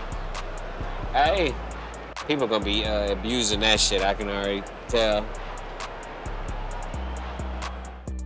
Maybe that's why they put it on turbo, so you can't abuse it or something. But we'll see. The 2K community always finds a way to cheat the game. So on that note, I'll be right back. I'll probably be back in like 30-45 minutes or something. You know what I'm saying? But in the meantime, in between time, I'll holler at you motherfuckers. Peace.